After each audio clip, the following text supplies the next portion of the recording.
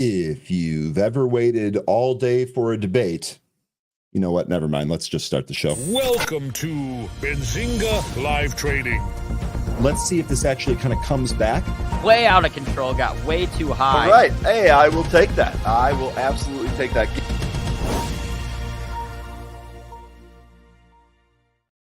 Good morning, folks, and welcome back. Happy Friday. We are almost at the weekend time. We've got one more day here, and we are out to make some money.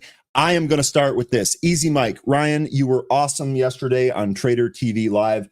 Easy Mike, I cannot tell you how much I appreciate that. I appreciate anyone from our community going over there and saying positive things about us. I love the Trader TV guys. Full disclosure, I've watched them before I had my own show, so I've kind of picked up some of the tactics from them because they're both great guys, very, very entertaining. I'm honored to be on that program, and I'm even more honored to be able to talk about our great community and the great products we have here. So, Mike, that means a lot to me, and I really, really appreciate it. Now that the sappy stuff is out of the way, let's go ahead and bring in my main man, 13. 13, how are you doing this morning, dude? I'm doing pretty good, all things considered. That was a great opener. Yeah. Hey, look, you got to mix it up sometimes, right? You got to mix it up sometimes. Carmen, yeah, Trader TV is another YouTube channel. We generally don't advertise for them, but they are friends of Benzinga, and I made an appearance on their channel yesterday. It is on YouTube. We're also joined by News by Nick. Nick, how are you doing this morning? How's your Friday?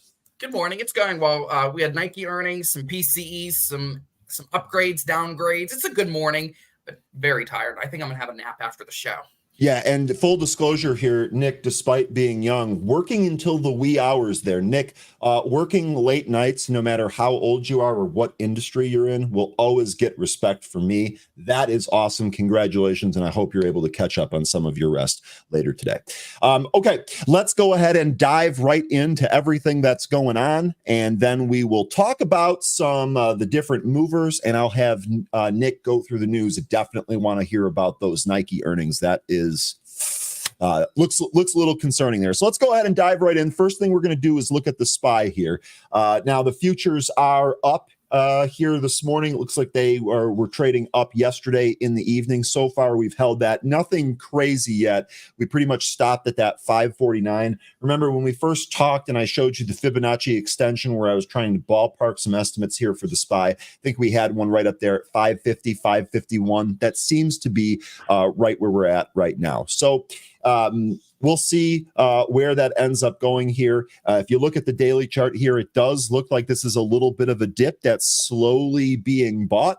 Volume levels are actually quite low, but it's showing that we're trading back up towards the top. So we'll see if we set new all-time highs here or if we come back in to any of these moving average levels. 13, do you got anything on the SPY here that you want to cover before we dive into the daily gappers? Yeah, we just are trading outside that previous all-time high channel that I was talking about all week. So we finally get some movement out of there, but we are coming back in a little bit to it. Interestingly enough, we hit we got up to another previous all-time high that was back from Tuesday, June 17th, and that's 548.62. That's kind of where the SPY found a top this morning. So I'll be looking at that for resistance should the price turn around and go back up. That's a particular level I'll be looking at. Other than that, we're coming down to 547, where I'm expecting there to also be some kind of support. You can see from yesterday that we tested that level a couple of times. Couldn't break through it until this morning.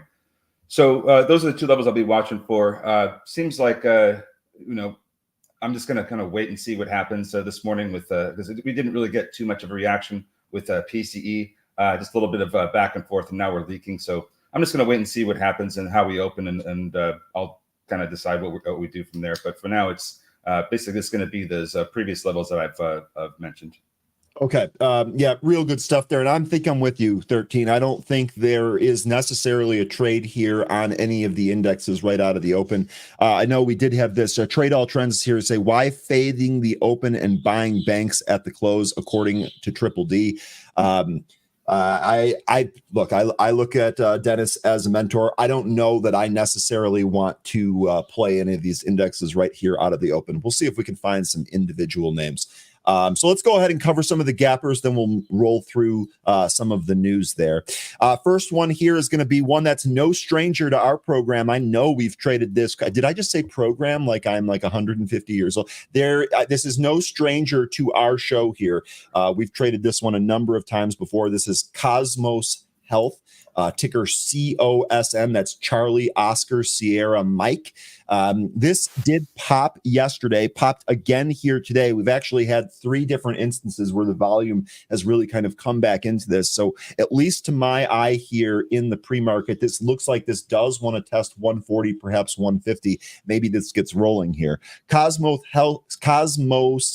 Health shares are trading higher after the company signed an exclusive distribution agreement with PharmaLink for its Sky Premium Life products in the UAE with an initial purchase order of 130,000 units. So there's your bullish catalyst here. New order unit numbers.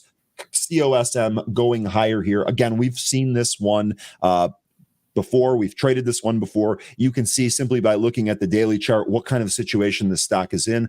The one thing to note here is that occasionally, when this stock pops, we actually turn this into a multi-day move. Now, it's not straight up. It's going to be one of these that's kind of back and forth. So just something to consider here. That's not going to be in my trading plan at all on this name, but just kind of keep that in mind. 13, I know that you do this all the time, so we'll just go ahead and get this out of the way. If we take a look here at the split calendar, the last split we have here was a 1-for-25 reverse stock split, and that came at the end of 2022. So that's kind of where we're at here with COSM. Did you have anything on this one that you wanted to cover? 15.3 million share float. This one does look like it's trying to get back up to the pre-market high, which was right when the pre-market opened, of 150. So I'm interested to see what happens at 150. Maybe it gets rejected. Maybe it breaks through it and takes off. I don't know that we'll get the volume needed until we open. But it's got a small enough float to help allow this to move around pretty easily. So 150 is going to be the next target I'm looking for, and then after that, looks like 170 could be the next thing. Also, there's a gap to be filled from about 212 to 245. If you look to the left back far enough, you can see what I'm talking about. But that's what we're watching for with COSM. You know what? My good call, 13. My VWAP actually covered that up, and I totally missed it. Here's what you're talking about. Yeah. So if this really gets the juice, definitely some possible resistance here at 2. But if it breaks that, maybe we're into this gap fill. Really good stuff there. COSM. We'll see how this actually ends up performing here today. Next on the list is going to be CARM, and this is CARM. How many times am I going to screw this up today? I don't know. I'll do my best, but just warning you ahead of time. CARM here. This is Charisma Therapeutics shares are trading higher after the company announced the nomination of the first in Vivio CAR-M development candidate for hepatocellular carcinoma under collaboration with Moderna. So you're getting a PR there, linking Moderna to it, also about one of their drugs, it looks like. Yeah, a development candidate, excuse me. Now, this did pop as high as 240. It's really kind of been bleeding back in here. It's clearly using the VWAP as resistance here this morning. Part of me wonders if this is, just kind of like a sell the news event into that pop. 13, you generally have a pretty good angle on some of these biotechs. Are we expecting that they're going to have to raise cash here, and maybe that's why the stock's really not finding any footing? Well, another thing is that it's got a 33.26 million share float, so a little bit heavier than some of these other ones we're used to trading that are under 10 million. As far as the news goes, I don't think it's too material. Yes, it's great news that they're working on developing a drug with a very well-known company. But what's the value behind this that's going to make this stock go up? Mm-hmm. I really don't know. That it may be just sell the news, and I think the opportunity has already passed. We'll have to wait and see, because this is already heading down in the pre-market. Let's wait and see what happens out of the gate. Maybe this will start getting noticed again and turn around. But again, 33 million share float, going to be a little bit harder to push this up than some of these other low float names that we've been trading before. Yeah, absolutely. Webcoin sounds like he agrees. Spot on with you there, 13. Carm, the catalyst is nothing special. I agree there. I think your plan of attack here, 13, is excellent, right? Let's wait and see how the stock actually responds when it opens up here. There's no reason to be a hero. Looks like we've got some other things to trade right around the open. So if Smoke Tuna ends up showing up, I know it's a Friday. He probably had some delicious wine last night that might be affecting that. But in any case, if he shows up today, this is a key candidate for finding maybe that kind of bottom support area, and maybe we can kind of curl off that area and get a trade here. The one thing to watch on this one is that if it does really start to extend to the downside from its VWAP and then find support, that would be something to pay attention to. At that point, if the volume confirms there's a trade there, that should be a fairly decent setup. So, okay, good stuff here on CARM. Next here is going to be ECDA. This is ECD, Automotive Designs. This was flirting with penny stock territory yesterday, popped as high as, 175 here today. ECD, Automotive Design shares are trading higher after the company reported Q1 financial results. Almost round trip the whole thing here. This is another one where I think waiting right out of the open is probably a pretty good idea. This looks like a SPAC that de-SPACed and is at the bottom. So but maybe there's a move here now that it's gone through that entire process. Again, here, not trying to be a hero early on this one. 13, did you cover ECDA today? No, but I can tell you that this is more alongside the low float names that we normally trade. It's got 7.2 million shares in the float. Not seeing any significant short interest or revert or any kind of splits happening with this one. So yeah, like you said, may have just round tripped. I'm not sure that this gets going. Maybe it does. It's just going to be like you said, one of those things we'll have to wait for the regular session to open. We'll see what it does. But for now, it just seems like it's just fallen back into the sideways pattern it was in prior to that pop that we got this morning. Okay, that's ECDA. A couple more here real quick just to kind of run through. Excuse me. Next one here is going to be INFN, Infiniera. I'm pretty sure we've traded this one before. Say again? I believe that's a buyout. Yeah, they're trading higher following a report suggesting Nokia is considering an acquisition of the company. So you're absolutely right. This is a buyout piece of news, but it actually doesn't seem like this is finalized here. At least that's kind of what I gathered from it. If I'm wrong, I'm wrong. A report suggesting. So whenever we see this, it's the reason I want to put it on your radar is there might be more headlines or some more back and forth that kind of comes along with this, and that can absolutely affect the stock price. So I agree, 13 on the surface here, potential buyout, not something that I'm looking for. I don't really have a line on the company. I don't have any type of angle that makes me feel good about trading this. At this point, it would just have to be a technical play. We'll see if it gives it to us throughout the course of the day here. Did you have anything else on this or no? Because it's just kind of a buyout. Well, it is kind of a buyout, and I'll just tell you so that you know the transaction for the buyout is valued at $665 per share on an enterprise value of $2.3 billion. So as you can see, we're not too far away from that. That's why there's really not a whole lot of premium to be had here, and I don't think you're going to want to hold it and hope that Nokia ends up purchasing this. I don't think this is really going to be a trade unless there's unless you're shorting it, because if Nokia comes out and says, never mind, then that's really the only premium you're going to be able to get out of this. So I wouldn't trade this. Okay. Good stuff there. Next one here on the list is going to be Clear Mind Medicine. This is ticker CMND, Charlie Mike November Delta. This popped as high as 190, was roundly rejected at that 190, retraced about 90% of this move. We're now curling back up towards that VWAP here. Volume does seem to have dried off from that opening print here. Clear Mind Medicine granted a patent approval in Hong Kong for its binge behaviors treatment. Our team went through this a little bit more. It builds upon the company's broad IP protection in the psychedelic space. So this is going to be your kind of relation to that here. CMND does look like it's kind of showing some strength here in the pre-market, but just like we said, want to wait for the opening print to show up here, figure out where we're going to trade on this. 13, did you have anything on this one? 3.3 million share float, more along the lines of what we want to see in some of these movers.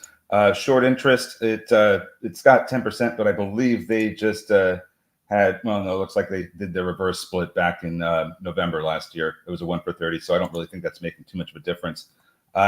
Yeah, I think this is, I really don't know, to be honest with this one. I didn't cover this one, but keep it on your radar just because this could get moving once we open. So I think this may provide some trades. We'll have to wait and see. Next here on the list, ASNS. This is one that we've talked about a lot recently here. Arcellus Network shares trading higher. The company announced that it has received an order for over $300,000 from its new channel partner in Italy to support a national transportation infrastructure project.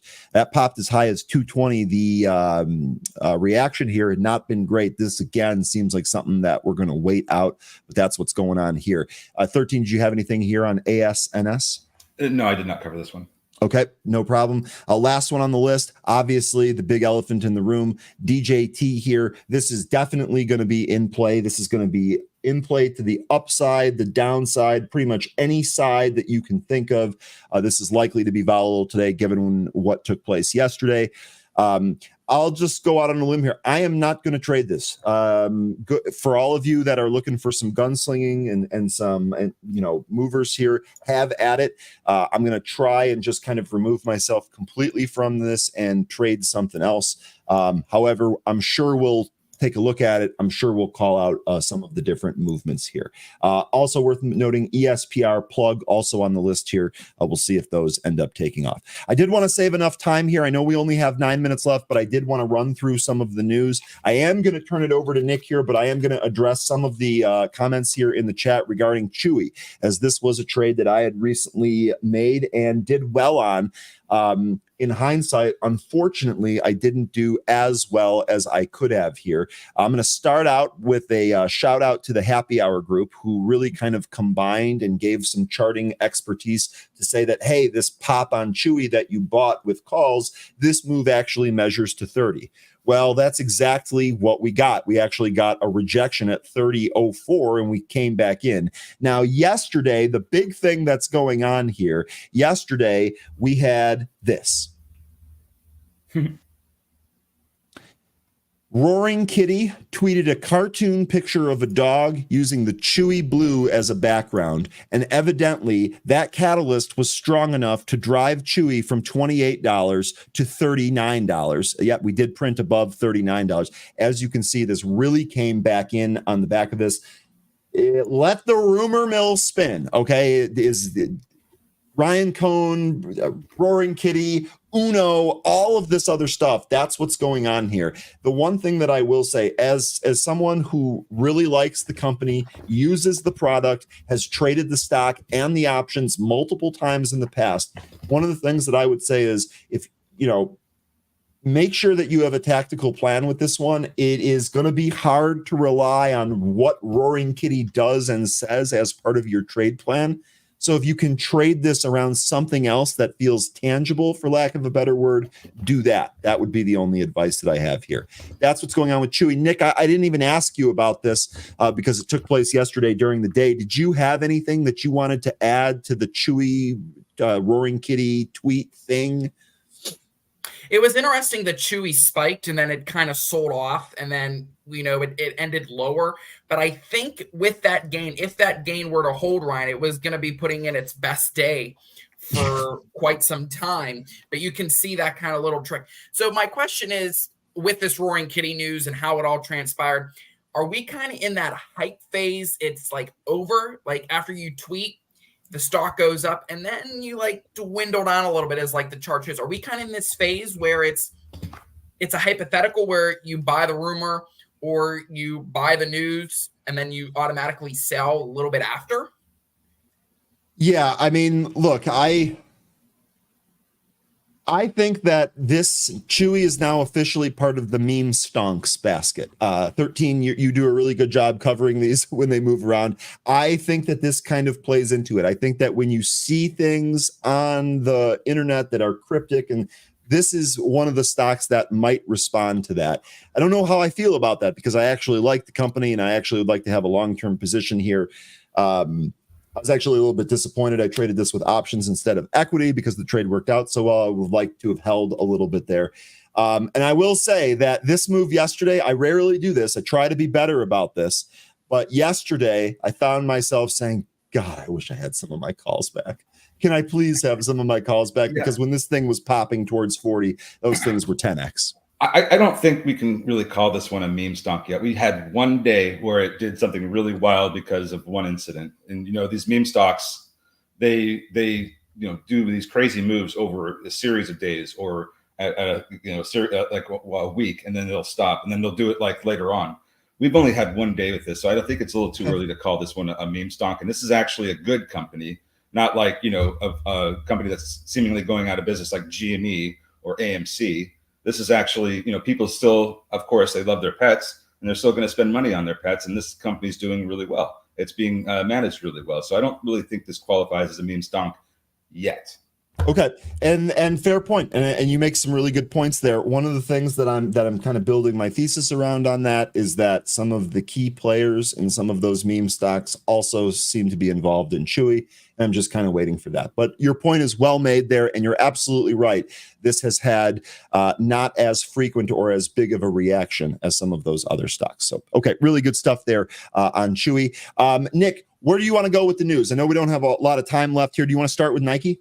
Yeah, let's just start with Nike. It Okay. was a mixed quarter, but now fearing to the downside. EPS came in at $1.01. Estimate was for 85 cents. Revenue was a miss here, 12.6 billion. Estimate was for 12.907 billion. Nike inventories actually down 11%, 7.5 billion. Nike Converse revenues fell 18% to 480 million, and Nike Direct revenues fell 8% to 5.1 billion. Total revenues actually down 2%. Now, it was kind of strange because Nike CFO Matthew Friend actually said in the release, quote, "While we were encouraged by our progress, our fourth quarter results highlighted challenges that have led us to update our fiscal 25 outlook," end quote. And normally when you have Nike, they do not give hinting at guidance in the release. Later on the call, they talked about that they had to bring down their outlooks. They only expect single digits now for some revenues and for some top and line items. It is an overall story. We have lots of downgrades today. If you just look at price targets today, guys, Telsey goes to 100 from 115. Wedbush goes to 97 from 115. BMO goes to 100 from 118. So if you go to Pro and just search the ticker Nike, you will see the amount of price targets that are there. And our story even reads, because of how the call went, taking our near-term challenges head on. It's going to be very interesting to see how well the stock does today and even in the near term. And if the Summer Olympics is going to give this stock a boost, given all the Nike products.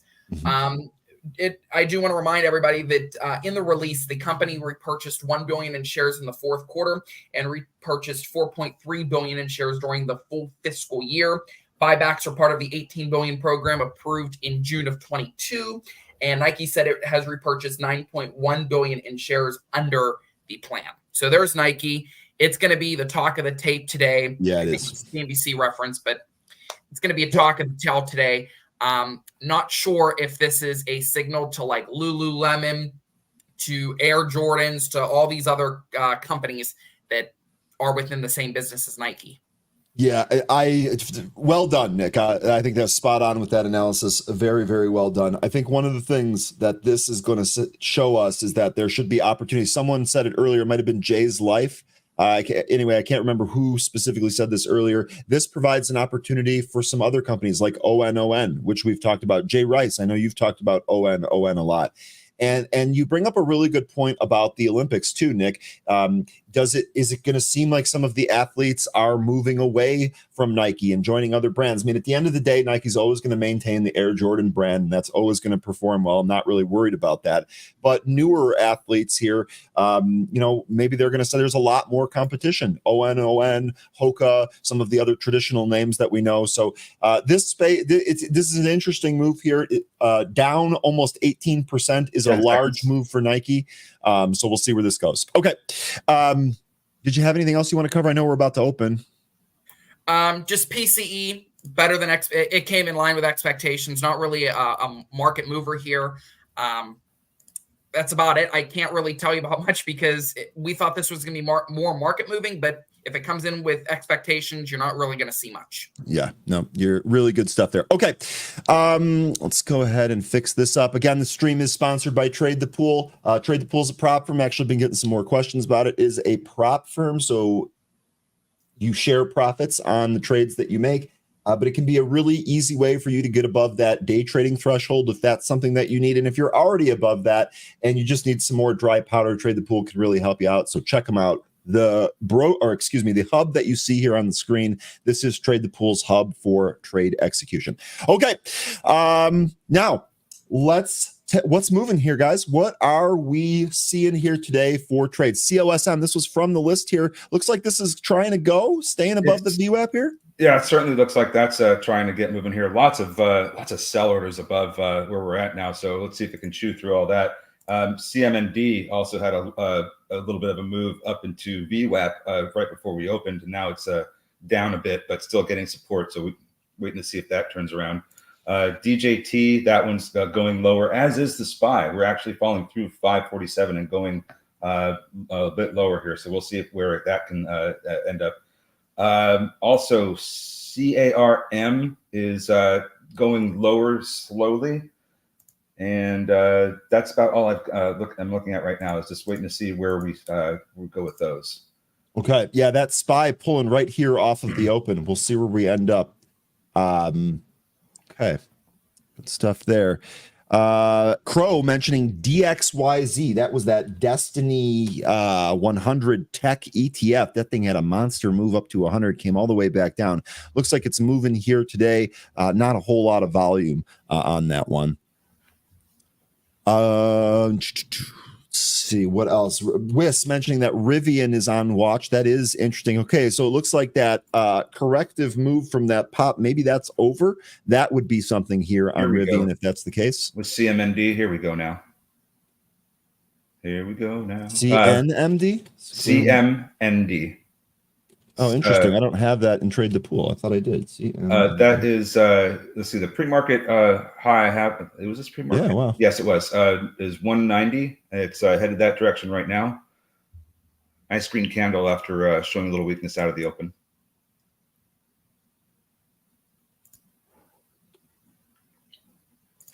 There's GovX popping up off the VWAP here. DJT, I'm curious to see if this goes down to about 3650 and finds support. So that's what I'm waiting for with DJT. Still trying to figure out if I want to trade this or not, but that 3650 looks pretty good so far. Looks like it's trying to hold in there. We'll see if that ends up holding up. ESPR, another one from the list here. This just really kind of coming in. I don't have Clear Mind in Trade the Pool here, unfortunately. ECDA, that's that automotive design. This actually at the VWAP. Let's see if this moves through it here. This might be a grinder. ESPR, the thing about this one is that it has 188 million share float. So I don't know that we're going to see the big, quick movements that we get from these low float ones. This one might be a slow mover throughout the day. Not to say it won't go up or down, but too much. But it's gonna, if it's depending on which direction it's going to choose, it might not get there quickly. That's ESPR. Okay. And Crow mentioning NNE. That's that one. That's blast off right out of the gate here. Right up to that 18 handle. Lucy, that's a penny stock that's also appearing on the relative volume scanner. Don't have that in Trade the Pool. Sorry about that. Lion Atlas, great call on NNOX. That one's, volume is building on that one. Great. This is what we wanted to see because it was not looking like it had the volume in pre-market. CNND got as high as about 175 and coming back in.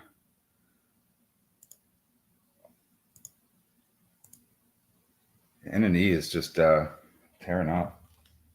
Oh, here we go with DXYZ. Now that's moving too.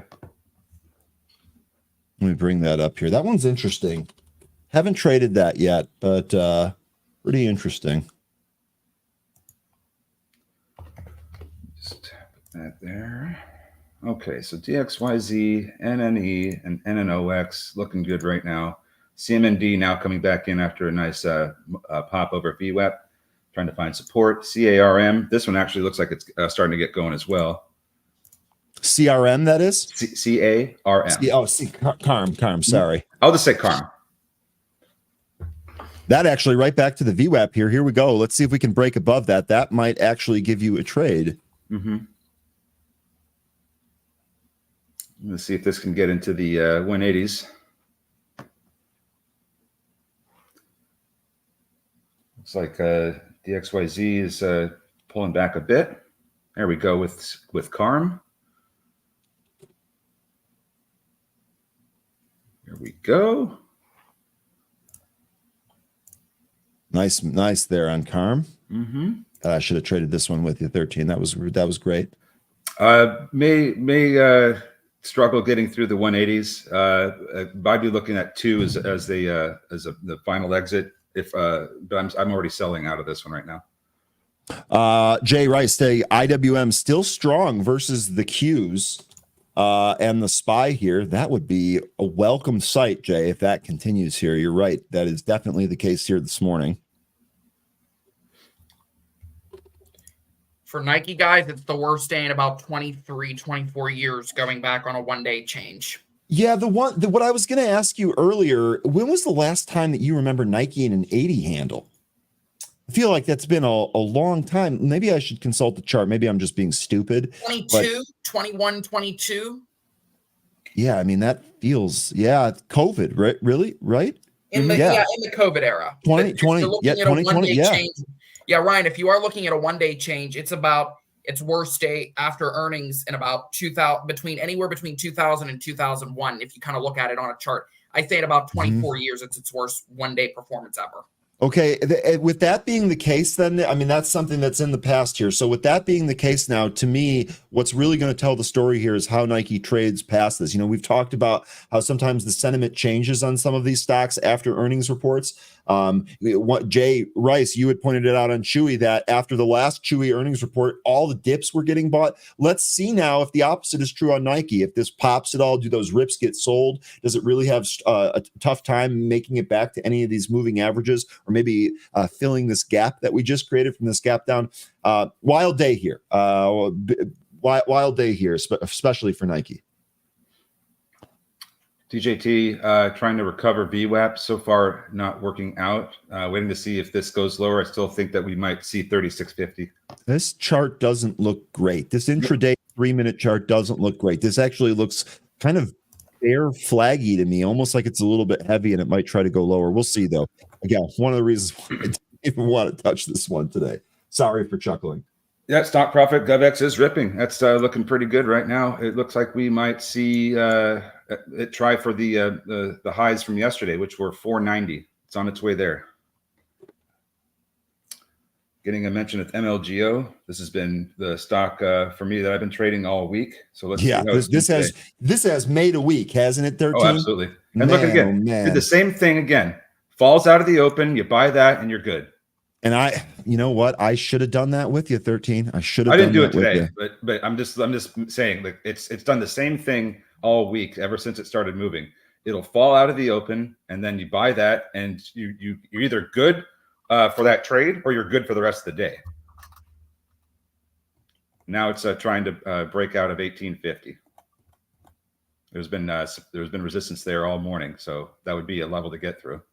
The high in the pre-market is 1948.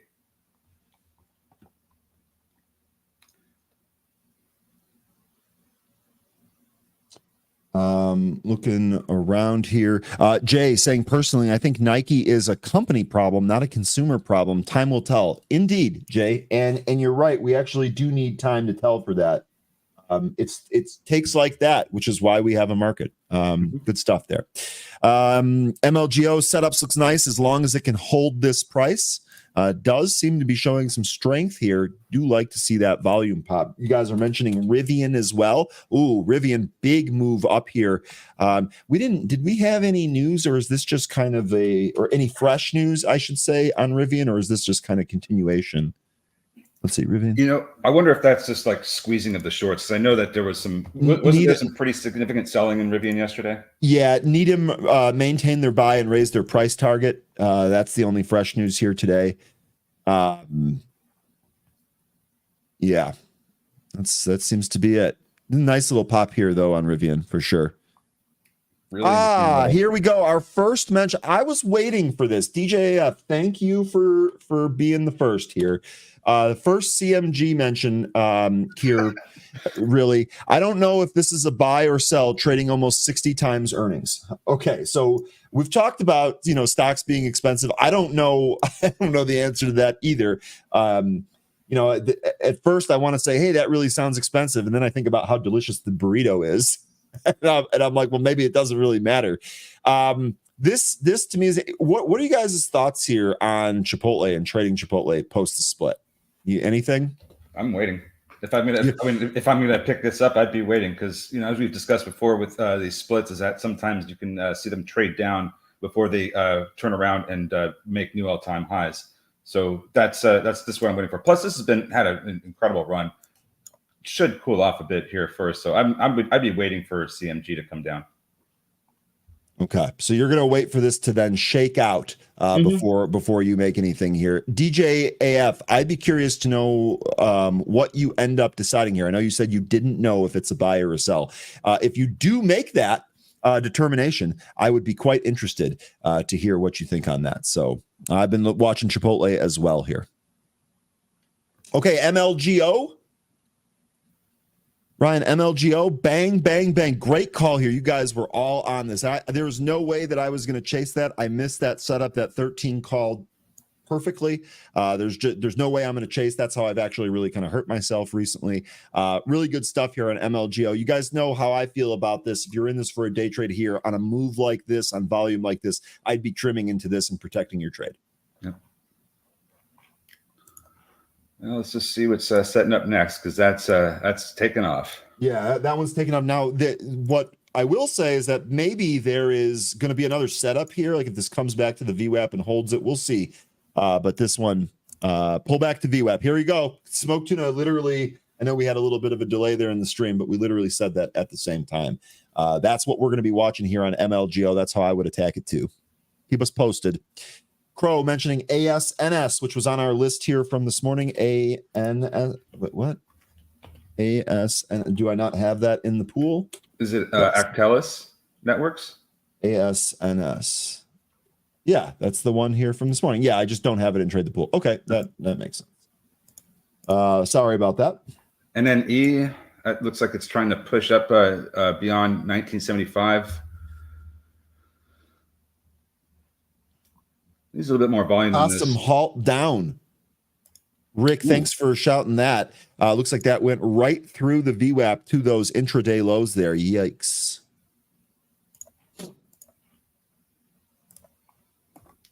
Let's see if when it opens, if it goes down to $1 or lower. That would be the concern I have in COSM. Looks like CARM got a little smackdown. Now it's rebounding. See if we can get back up above VWAP. No position in that one.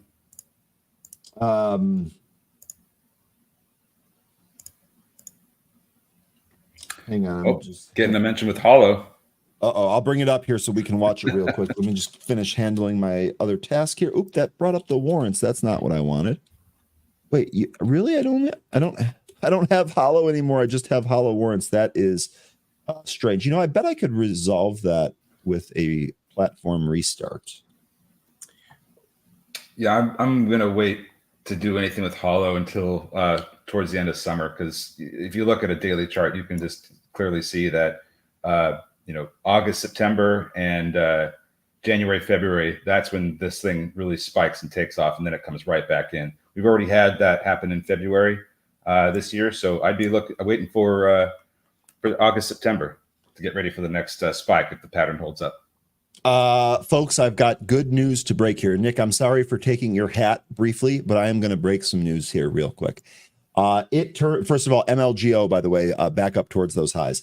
It turns out that we actually have the ability to go for an extra half an hour today. Ooh. I'm in. No pressure on you two, but you're welcome to stay if you want. What do you guys think about that? You want 13 and Nick to stick around? What else am I going to do? Of course I'm sticking around. Well, Ryan, I am going to head out at 10:20 because I do have spaces with Kevin Gordon till 11. But then I'll be back from 11 to 11:30 to bring you some of the highlights from our X conversation.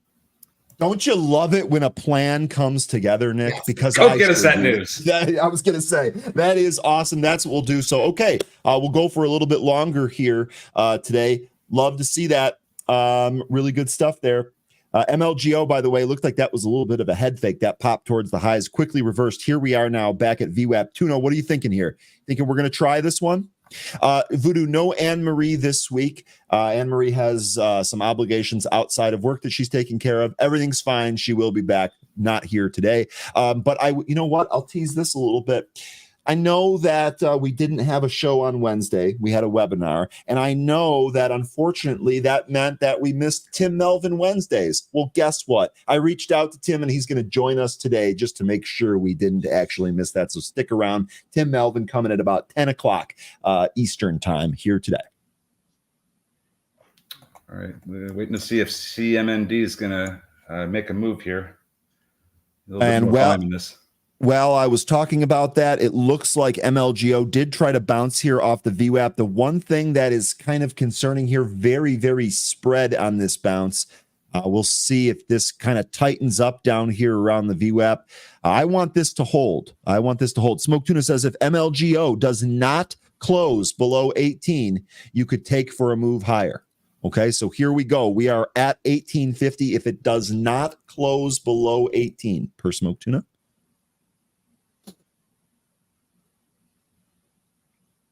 I'm interested in this one. I'm interested in a trade on this one. If we can hold here. Smoke Tuna, what time frame are you using for that? I believe he's using the 3-minute one. 3 minutes? I'll let him answer, but I think that that's the case. We're through the VWAP here on MLGO. Let's see if we can recapture.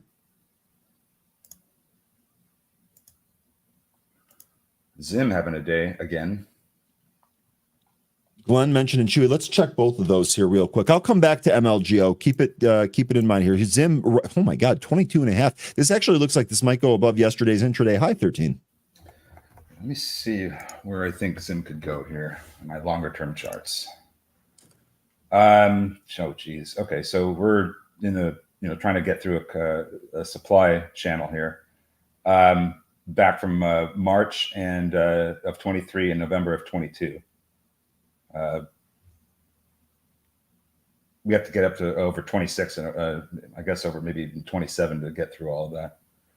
It'll be interesting. I expect there to be some, a little bit more resistance, but if volume comes in, could take it out over the course of the following week, next week, maybe. I don't know. I just think that there's a lot of consolidation to get through from being up here previously. So we'll see. MLGO, I was just about to say that the spread seemed to be tightening up, but then it spread out again here. It is so far holding the VWAP. I know we just kind of dipped beneath it, but we did recapture it here. So maybe watch MLGO 13 to answer your question here. It looks like I was wrong. Smoke Tuna is using the 1, the 5, the 15, the hourly. Okay. Thank you. Let me see if I can pronounce this correctly. Nexon, I think I'm pronouncing that correctly. Bullish or bearish on Chewy? Well, I like how you give me such an easy choice here. I'll say this: I'm bullish on the company long term, but given what we saw yesterday in the price action here, I would say I'm neutral. I know you didn't give that as an. If I had to pick one, I would say bullish, but right now I'm kind of neutral. I want to see, one of the things that we've seen is that recently all of the dips on Chewy have gotten bought. Yesterday we saw this big rumor that caused it to spike and come back in. Now it looks like it's dipping. I want to see if that maintains here. If this dip again gets bought, I think Chewy is probably higher here. Again, I do like the company long term, despite all of that. MLGO here still above that VWAP. We'll see if this sets up for a trade. And Jonathan Cooper just mentioned CMND. I was watching this one while you're talking. This one had a breakout over the pre-market high. Upside target I have here is 233. If we move over 2, so that's where I'd be looking for this one to go. Probably going to pull back here a little bit. Watch for halts. This is a big move. Just need to continue with this volume to get up there.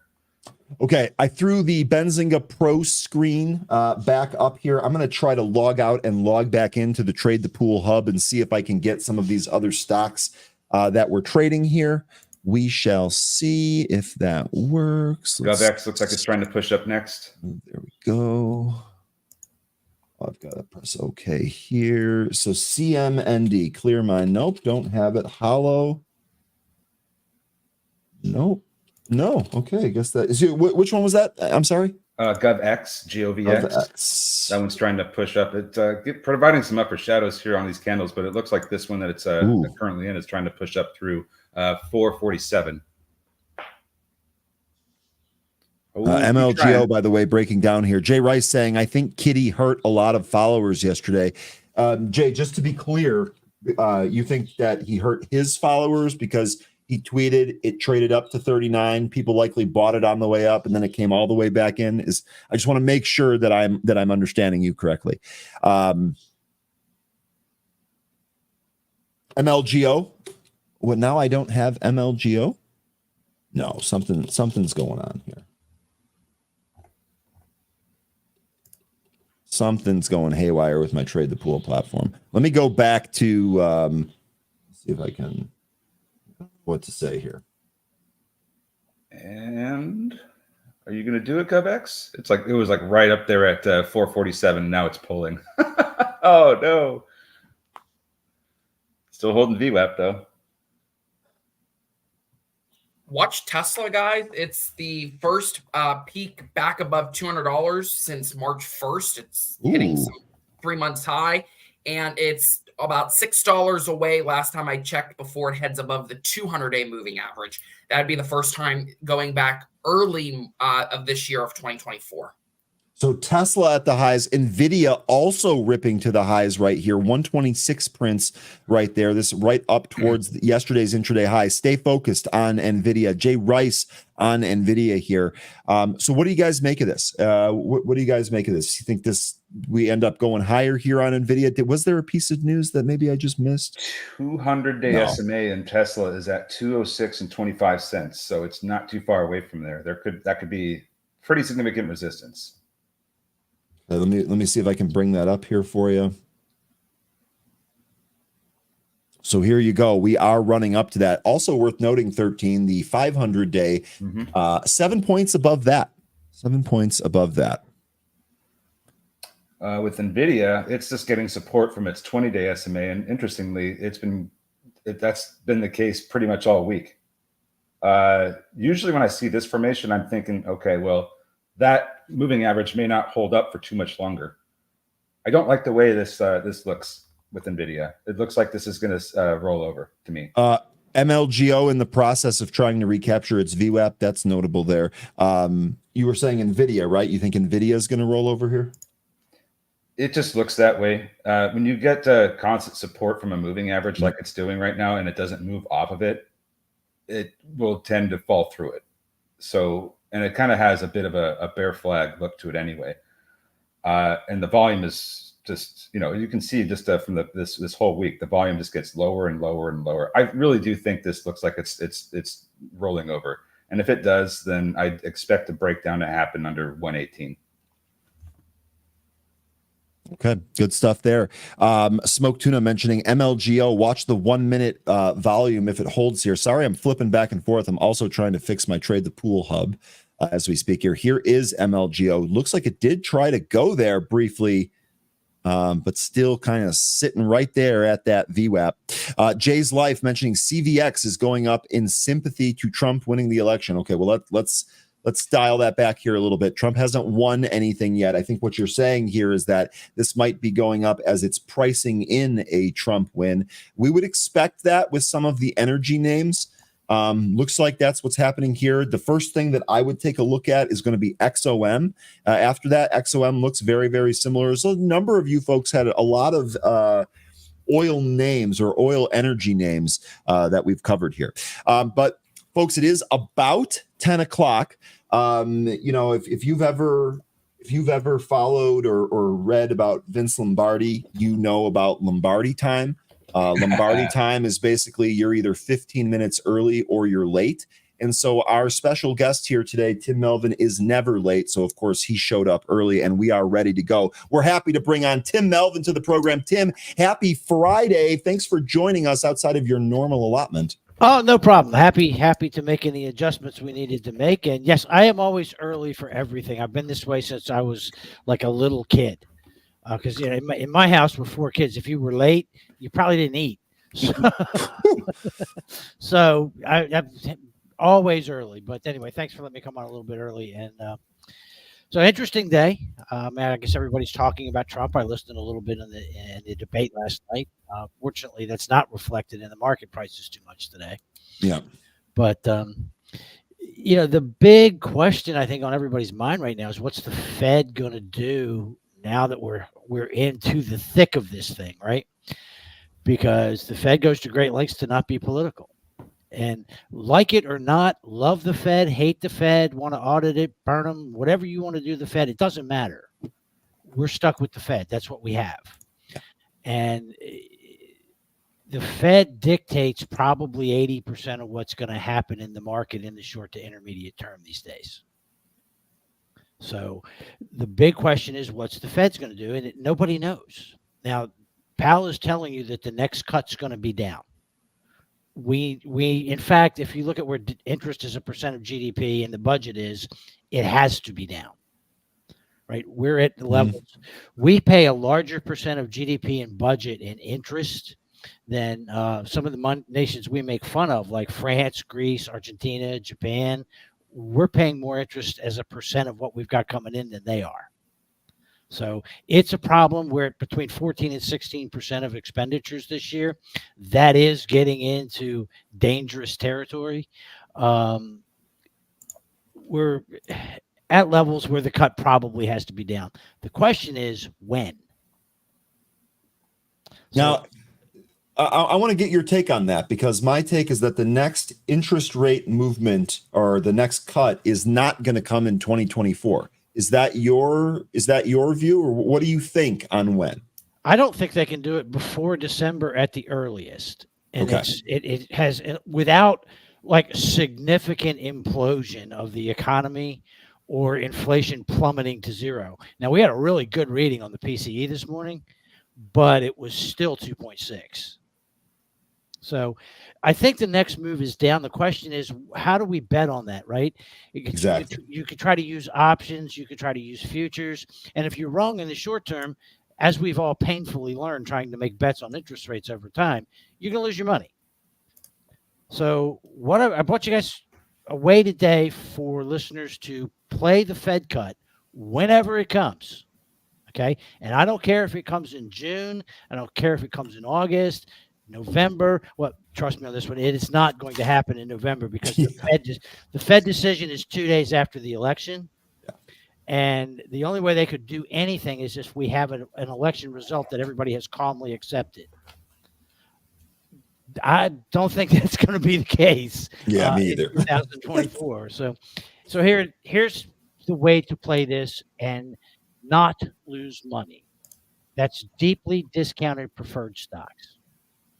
Okay. Okay. We own preferred stocks issued by institutions and businesses that are going to do real well as rates come down. Okay. So think banks and REITs, but then we want them at steep discounts to par. Now, if the Fed doesn't cut, we just sit here and we're going to collect these very high interest rates every quarter. Checks are going to roll in. Okay. If there's any corporate events and a maturity, they decide to restructure their balance sheet, there's a takeover, the preferred is going to get paid off, and you'll get the difference between today's price and par, which is $25. Okay. At the same time, you've got good credit ratings. Mm-hmm. Okay. So that your risk of a credit event that destroys your capital it's not zero, but it's as close as we could get it and still be realistic. So here we go. Yes. Did I bring names? Of course I brought names. Now, don't bother with the symbols on these. Every single quote provider out there uses a different symbol for preferred stocks, right? Yeah, they are notoriously hard to pull up in different platforms. I'm going to try, though. I'm going to try. Okay, we can give it a try. Okay, the first one is Vornado. Now, we talked a little bit about New York City office and commercial properties a couple weeks ago. Vornado is Class A, mostly New York, but they do own the Merchandise Mark in Chicago and one building on California Street in San Francisco. But it's Class A properties, right? And you have to make that distinction, because in Manhattan, what we're seeing, in a lot of cities, but Manhattan's where it's really big. People are leaving as their leases come up in the lower tier properties, the Class B and C, because the Class A properties in the nice locations with the great amenities are cutting deals to keep the building full. Okay. Okay. So Vornado, double B credit rating. There's not a lot of credit risk in this thing at all. These are the very best properties in New York. So you've got this preferred stock that they issued when rates were very low. It's a $25 par preferred, and it's trading at $13.20. Now we want the Vornado preferred M here. You can do Vornado preferred O. Sorry about that. Preferred L. That's what I had. All right, I guessed right here. I've got a 1525 price point on that. Okay, so it's the other one that's trading at 13. Either one of these is good, M or O. Okay. Matter. You're booking about an 8.5, 8.4, 8.5% yield, paid quarterly, going to keep rolling in. About 8.43% yield. Sorry about that. Callable in 2026 at par. Probably not going to happen. But any change of control, any events, any improvement in New York City office, and the price of this moves back closer to par. Okay. Okay. A Fed rate cut. This thing reprices to reflect new lower rates, and the price moves closer to par. So, and it's just a double B credit rating, not a big problem. You're going to sit here and collect interest payments on this thing, and there's a chance of a 25% price upside. Okay, so you're giving us that double whammy again where we get paid to hold, but also some potential move in the underlying. Okay, awesome. Right. I've got a few more if you got time. Yeah, we do. Let's do it. The Brookfield 4.5% perpetual notes. That's BN is the symbol. This is the this is the owner of the assets, not the investment company after the post split. It's 4.5% preferred, callable in 2025. 7% yield, trade around $16. Okay, so that one you are absolutely right. I don't have the preferred ticker in here, but you're right. I got the BN. Hang on, I can actually pull this up here real quick. These are exchange traded debt, so they're perpetual notes with a 4.5% original coupon. And hold on. And while Tim is looking that up here for you day traders, MLGO looks like that's going lower here. That's got a ton of weakness. Okay, it's BNJ because it is exchange traded note, 4.5%, but it's perpetual. It doesn't have a maturity. Trade right around $16 to a 7% yield. And again, these guys are the gatekeeper of the 21st century. They own real estate, they own toll roads, they own airports, they own oil and gas infrastructure, renewable energy. If it makes the world go, they own a whole bunch of it. Okay. So you got a triple B credit rating on this thing. Again, 9 points of upside on potential upside on a $16 stock. And then Washington Federal is a bank. The loan portfolio is almost entirely single family and multifamily homes. Symbol here is WAFD. It's an over-the-counter preferred. These guys have no credit risk in the portfolio to speak of. Very low. It's like 0.22% total non-performing assets. So let me just get the whole symbol up here. WAFDP.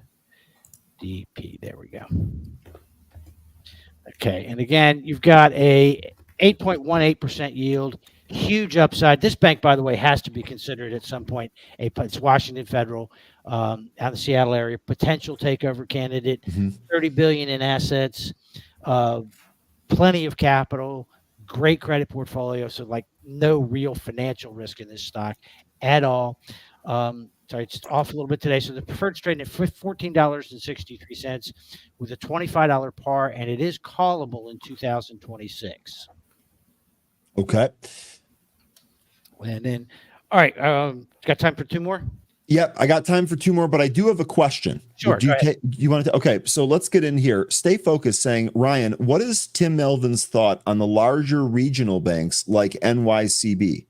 Okay, well, like NYCB is not like any other large regional bank in here. Okay, NYCB did this really successful merger with Flagstar in 2023.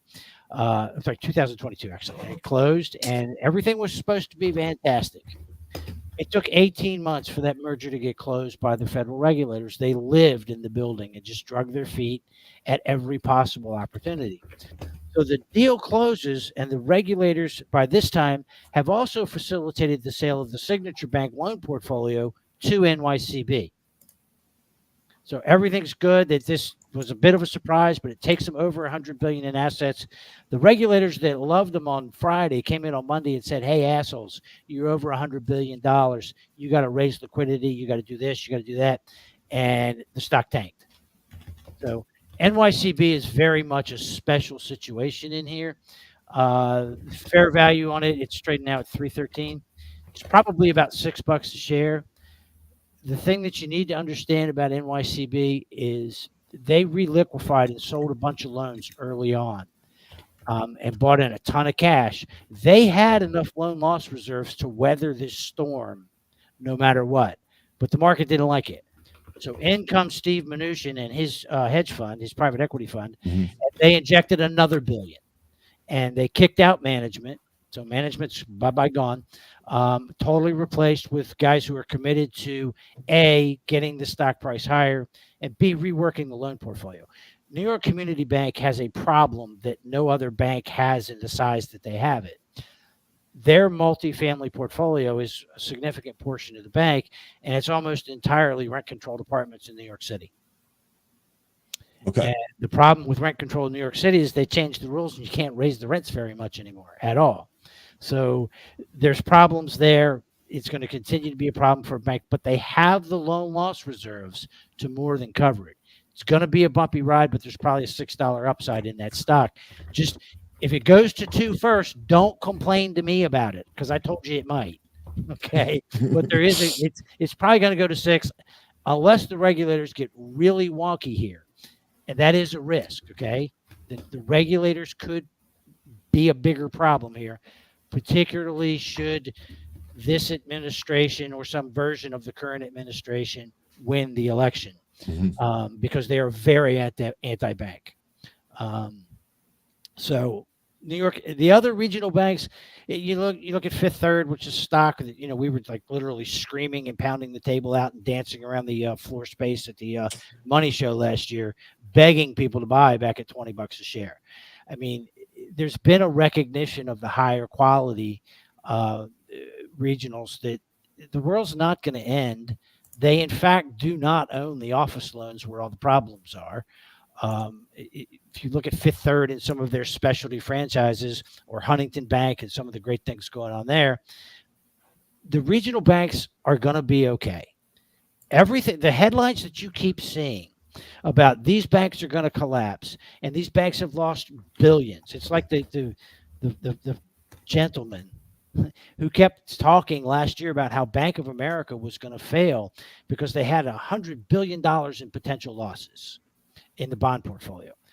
They did have $100 billion, several $100 billion of potential losses in the loan portfolio.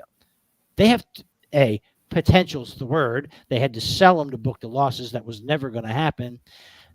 B, they have $2 trillion in assets, right? And there's constant cash flow coming in. But when you look at the banking industry, there's more capital.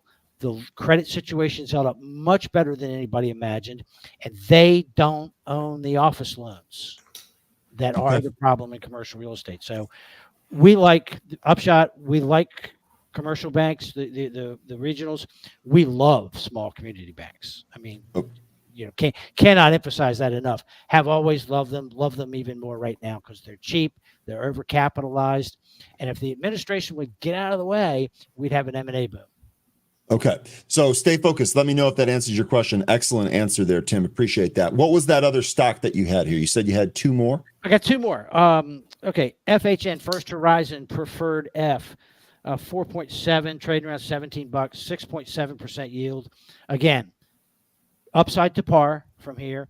But First Horizon, they were very acquisitive. They built a strong franchise in the southeastern United States. Now that's important because you know where everybody wants to be right now? The southeastern United States. Everybody's moving here. The businesses are coming here. We've got weather. We've got low taxes across most of the region. So everybody wants to be here. And it's been great for the bank. Now, last year, TD Ameritrade, which is Canadian parent company, but TD Bank is here in the United States, they tried to buy them. And they made a really reasonable offer. It was a good price. First Horizon shareholders liked it. TD shareholders liked it for no reason that anybody can determine, because there was no antitrust, there was no big overlap, nothing. The regulators just simply never approved it. And eventually, the time elements that are built into every merger deal were tripped and triggered, and everybody walked away. So now First Horizon is still sitting here. It's this fantastic, really business-oriented bank. And again, lots of capital, really strong credit conditions, decent insider ownership, $13 billion in short-term assets, plenty of liquidity, can handle anything that the market's going to throw at them. And if I'm an outside bank and I want to be in the Southeastern United States, I am absolutely making a bid for First Horizon. Okay. And that, by the way, would reprice the preferreds back up much closer to, if not redeem them at par. So we love that one. Then the next one is a bank that everybody hates, nobody talks about. And I'm just going to say that we're probably going to start buying the common on this one too. And this is Valley National. The common's VLY. So you want to look at VLYPP is the preferred.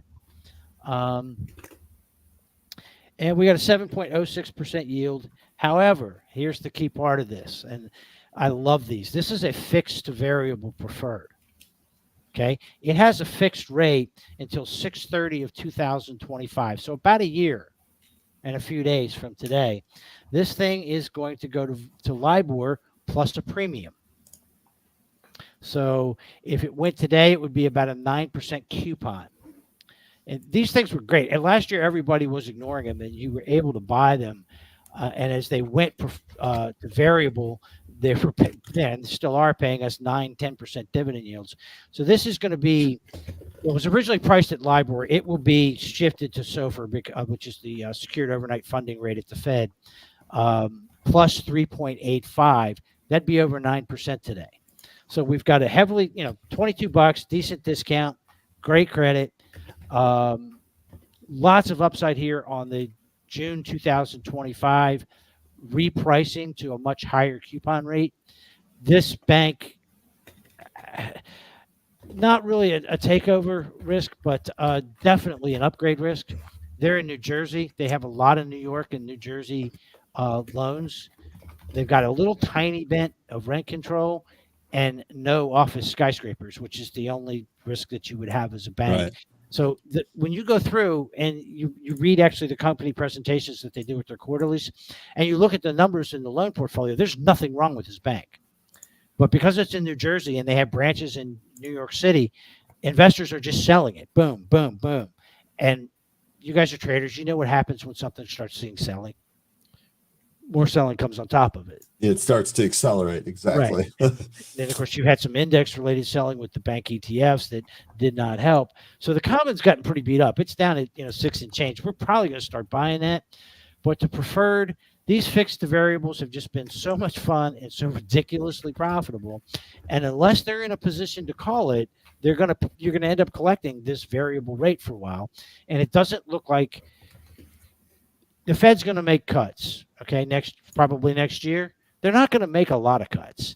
Yeah, that's what it seems like. Well, look, if we go back to 2019 interest rates, we're all going to be looking for jobs. Okay? I don't want that. It's going to take either a recession bordering on a depression or something really bad like a war we're losing for us to get back to a quantitative easing situation. It would be an economic disaster to be back to those levels. I don't think anyone wants that. Your benign environment, you're probably looking for a Fed that's going to get Fed funds back to 3.5, because growth will be 2.5. Okay, Tim. So that's what I've got for you guys. It's a way to bet on the Fed, get paid with lots of upside, and as limited a downside as we can possibly give you. Yeah, that's exactly the type of equation that I want. Awesome stuff here. And again, I just want to say thank you for being flexible so you could still join us this week, even though we missed your regular spot. So, okay, Tim, awesome stuff. Enjoy it down there in Florida. We also got a mention here from one of the chatters that the golf is great down there as well. So have a good weekend, and we'll see you next week. Thanks, Thank guys. you, Tim. See you on Wednesday. Bye-bye. Take care. That is Tim Melvin. He is an expert in banks and some of these long-term dividend plays. And boy, oh boy, did we just get a gold mine there. Yep. So really, really good stuff. Yeah, I'm going to be doing some more research on these that he gave us over the weekend. Absolutely. Very Carmen good. says that was really good info. A million thank yous. You are welcome, Carmen. We are going to continue to try to bring quality guests to the show all the time. Stay focused. Thanks for asking the question. FYI, for your information, news on rent control. New York City rent hike approved for stabilized apartments. So giving you some more information there. Okay, really awesome stuff. I know that there was a lot going on. I also have some good news here. It looks like I was able to fix the Trade the Pool hub here. I didn't do anything. I just simply restarted it. But MLGO here moving lower. Looks like it did kind of find that support there. What do we got that at 1680? It's trying to recaptured 17 here. I don't know. This one's off my radar. 13. What are you seeing here on some of the movers? We go through the chat as well. We were Crow and I were watching NNE, and we were taking trades on it because it was setting up a bull pennant. Broke out of that, went all the way up to almost 22. Don't know how much more we got in this one right now. It looks like it needs to pull. Maybe get a VWAP test, but this was a really good one. That's what one we were on. We also noticed that CMND was trying to push up to 230, that 233 target I had. Looks like it's not quite getting there. Just 10 cents shy. It's coming back into VWAP right now. So we'll see if it can get support around 190 and end the VWAP level. Pretty decent bid brought in here at $2 on CMND. So we'll see what that does here in terms of holding it up. By the way, this one I wasn't able to pull up earlier. Got that fixed as well. So good stuff there. Nice. Say again? I said nice. Nice. COSM, this was on the list here this morning. This did pop, but once this lost the VWAP, everything is kind of gone from this one. That's just really, really weak. Kind of looking through the scanner here. Don't see anything that's really kind of jumping off the page here. Lunar discontinuing to move lower here. DJT continuing to move to the lows. So it looks like the short was the play here. That pop back to VWAP actually gave you a decent short entry on that one.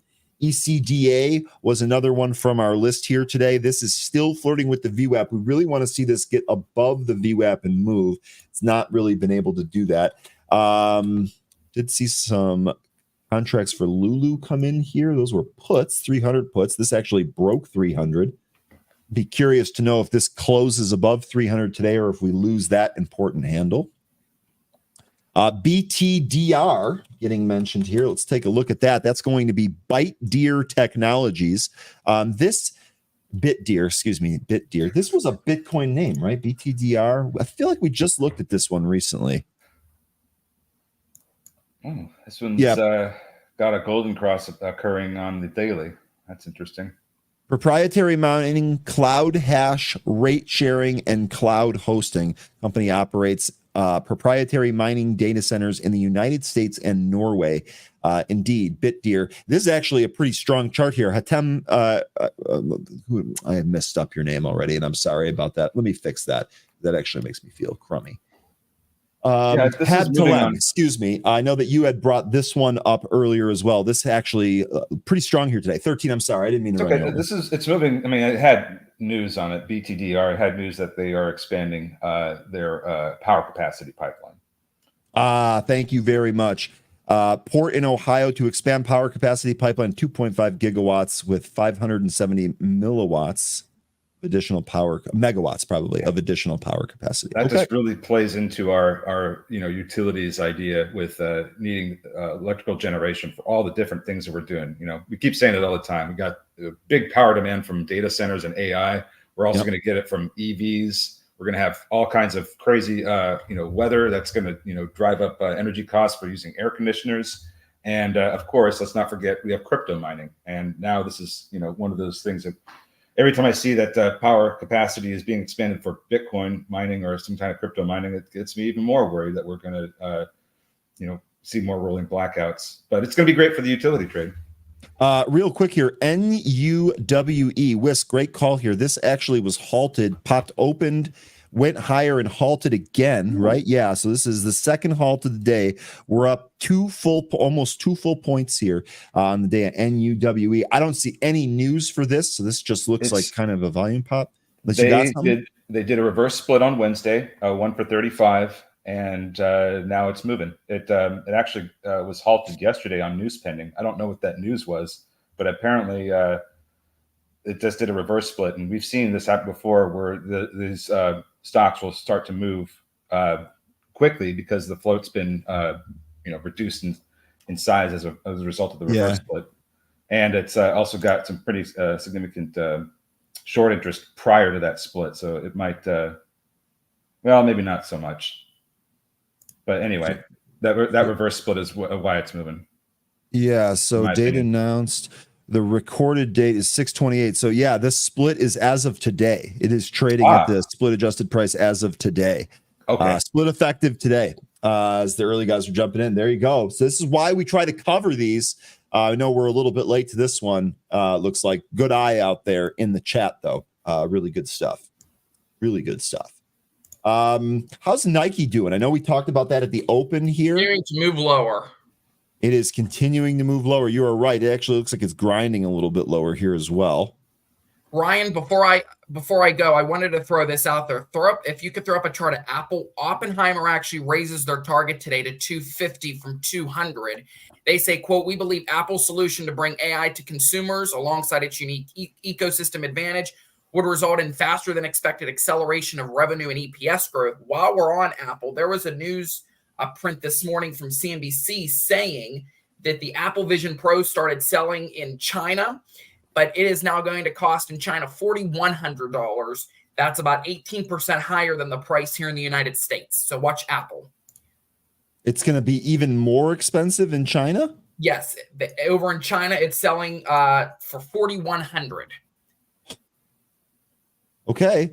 Oppenheimer, that 250, that's a street high, isn't it? Oh, I guess no. Mellis Research has it at 260. Rosenblatt has it at 260. So right up there near the street high. Okay, good stuff there, Nick. Appreciate that. So I'll be right back. I'll see you guys at 11 o'clock.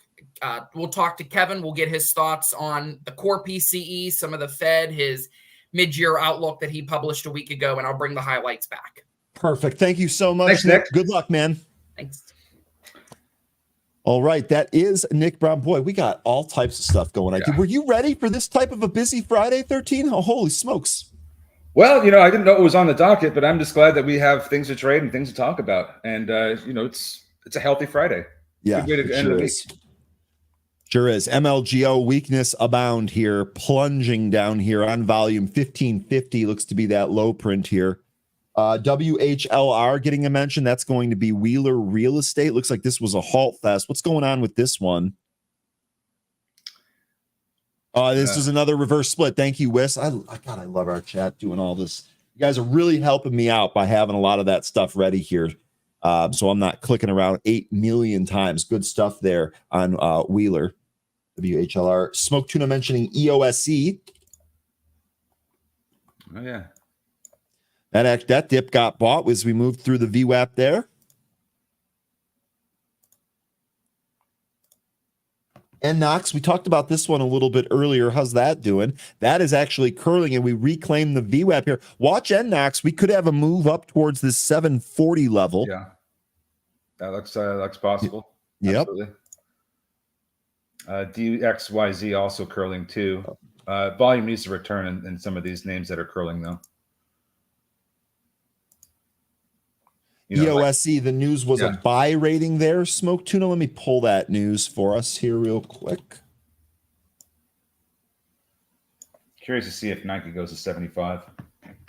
Roth MKM maintaining buy and maintaining the 450 price target there on EOSE. That's 3 points ahead of where we're at. You were saying on Nike you wanted to see if we get a what? 75. Excuse me. Gosh. 76. That's absolutely possible. Gary, so Gary mentioning Chewy here. I'll go back to Nike. I'm sorry, 13. Oh, Gary mentioning Chewy here. You know, I've had some discussions here. Stay focused. I apologize. I didn't ask for your permission to say this, but I'm too late now. Cat's out of the bag. I've been having some discussions on the happy hour program with Stay Focused regarding Chewy. And one of the things that we've kind of talked about is how difficult this thing can be to trade, right? We see some of these big moves here, then you see these big pullbacks. Yesterday had a wild catalyst, middle of the day, just kind of popped and dropped. And now here we are moving lower here. So this one definitely tough. I would say this, which is one of the reasons why I sold out of this one. When you have gains, pay yourself on the way out. You never know what's going to happen. Unfortunately, I missed that big spike to 40 because of that. So factor that into the risk here. Yeah, I don't think that missing that big spike from the meme movement was anything you really could prepare for. So I wouldn't, beat myself up over that. That's what I'm telling myself. I'm glad you said that, 13, because what I've been telling myself is that the plan was to trade very tactically around it, and I did it. I bought a bunch at a really good entry. I actually got a good entry instead of flubbing it like I've been doing recently with some of the day trades, and then I was actually able to sell at different levels, protect the trade, book gains early. I had a tranche in there, sold it 100%. So I'm happy with how it happened. Obviously, hindsight's 2020 when you look at stuff that goes from like $21 to 40. Oh, I won big. Yeah. So I think you won big time. Yeah. It was still good. And as we were talking about, when it did hit 30 the day before, that meme stomp movement, we were talking about how this was going to come in, but we also were talking about how we're still bullish on it because it's, it's firing on all cylinders right now. Just had a nice technical golden cross. It's just that the RSI was too high, needs to cool off. And if it starts to get support, under just under $25, maybe we see it turn around and try to push up through the 500-day SMA up, which is still up near 30. I still think this ends up going higher over a longer period of time, but it needs to cool out first. Good stuff there. Good stuff there. CMND looks like this plunged, but buyers stepped in. It'll be interesting to see. I'd actually wait for this to really kind of come closer to VWAP before trying it, but worth keeping on watch here. COSM might be finding a bottom. So we'll see if this one starts to turn around. It's just under $1 right now. NNOX, this one, like you remember, we were talking about how this one could come back up to 740. It's, keep this on your radar. It looks like it's still trying to do that. This needs a little bit more volume. NNE also pushing up back up to the high it made intraday here of 21.93. This one also could go higher as well, it looks like. 13, I'm going to step away for just 1 sec, all right? I'll be right back. Sure. All right, so did EL and ELF get hit with news? Well, it might be just that they have exposure to China, as does Nike. And this chart doesn't look good in EL. This one looks like it's going to break down underneath 100 Estee Lauder. That's EL. That one looks like maybe it might get support somewhere in the 90s. We'll see if that's the case with that one. Low RSI too. So even if it does break down, I'm not sure that it's going to stay down there for too long, given that it would be very oversold at that point. So we'll see what happens there. Walgreens got destroyed. Yeah, it's unfortunate what happened with that one. Let's see, that was WBA. Looks like it's trying to rebound right now, but there's a gap to fill to the upside if it gets some more strength. The problem is that they just do not have a really good business model right now. Hey, there you are. Just in time to talk about WBA. WBA. Oh, Walgreens. Okay, so we're bouncing here today on Walgreens. Yeah. Now, here's my question. Is this a dead cat bounce? Because we talked yesterday about the signs of bankruptcy really kind of creeping in here for WBA. Looks like a really nice performance here today, but maybe this is just kind of a dead cat bounce. What do you think on this one? Probably. The thing is that it has a really low RSI, maybe oversold, but what I could see happening is that there's a gap to fill to the upside. So you could see that the price, fill that gap slowly. And then once it does, it turns around and ends up going lower. So that's a possible scenario that could happen here with Walgreens. But this company is just in bad shape. Yeah. And they really need to probably replace their management. I don't know, what can more can be said about Walgreens right now. They're just not. It's not in a good place. No, it's not. It really isn't. The chart doesn't look great. You mean under all these moving averages? I mean, we're not even in a period where we're going to test any of these. I mean, it's just so far beneath here. Yeah, I wouldn't even try this for a dead cat personally. We'll see.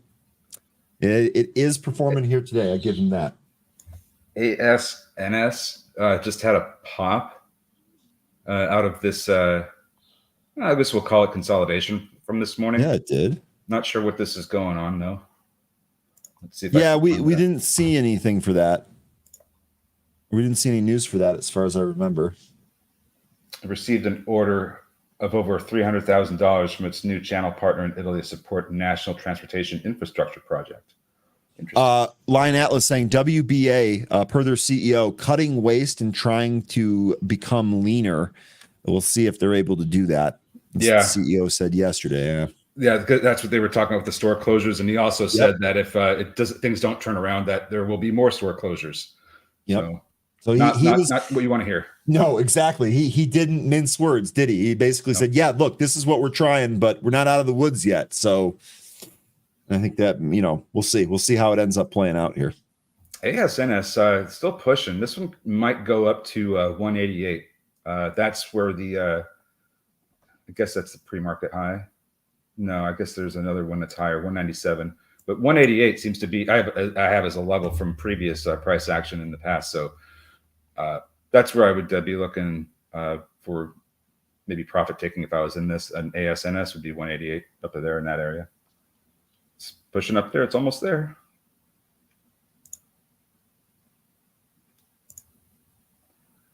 GOBX, nothing yet. Cycling through all these ones that were moving this morning, not really seeing a whole lot. Maybe NNOX continues to move up slowly. Still needs to see that volume expand though. CMND coming back down. Here's ASNS volumes expanding. This is a nice smoke tuna. Yeah, I agree. Nice call, 13 here. We're going to give you a register ring on that one, and a 1-up, and a Chewbacca. We're going to give you the trifecta here. Yeah, and there we go. So it got up to 189, and now it's Good job. Coming in. So that if you got out there at 188, I think that you did really well. Yeah, and moves like this, totally fine to trim into. That's what I would be doing, frankly. All right, what's next here?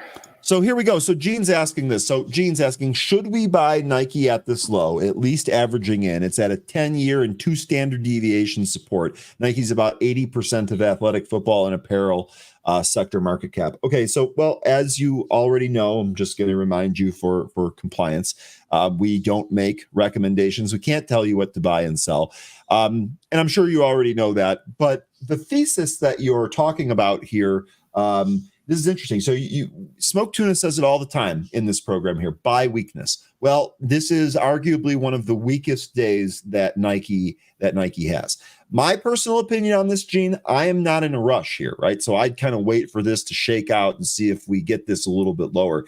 If you think that this eventually over the course of time is going to come back, I don't necessarily see a problem with grabbing a starter here. I've talked about doing that on some of these small caps like Archer. I grabbed 100 shares. Honestly, it doesn't matter if it goes to zero. Not that I want to lose money, but it doesn't even. I grab such a small amount of shares on Archer that it really doesn't matter. So maybe that's the play here with Nike.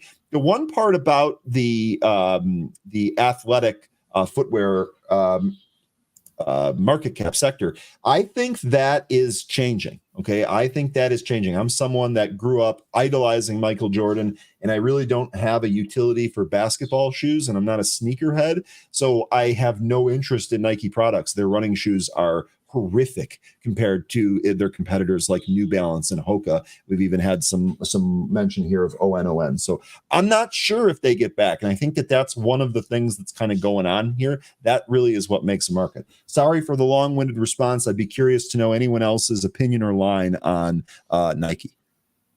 Well, I've always been a fan of buying into weakness. So this would be something that I would end up buying into, slowly. It's just that you don't want to attempt to catch a falling knife. There could still be more downside ahead. I mean, I know I said 75 would be interesting. Maybe it gets there. Maybe it goes through it.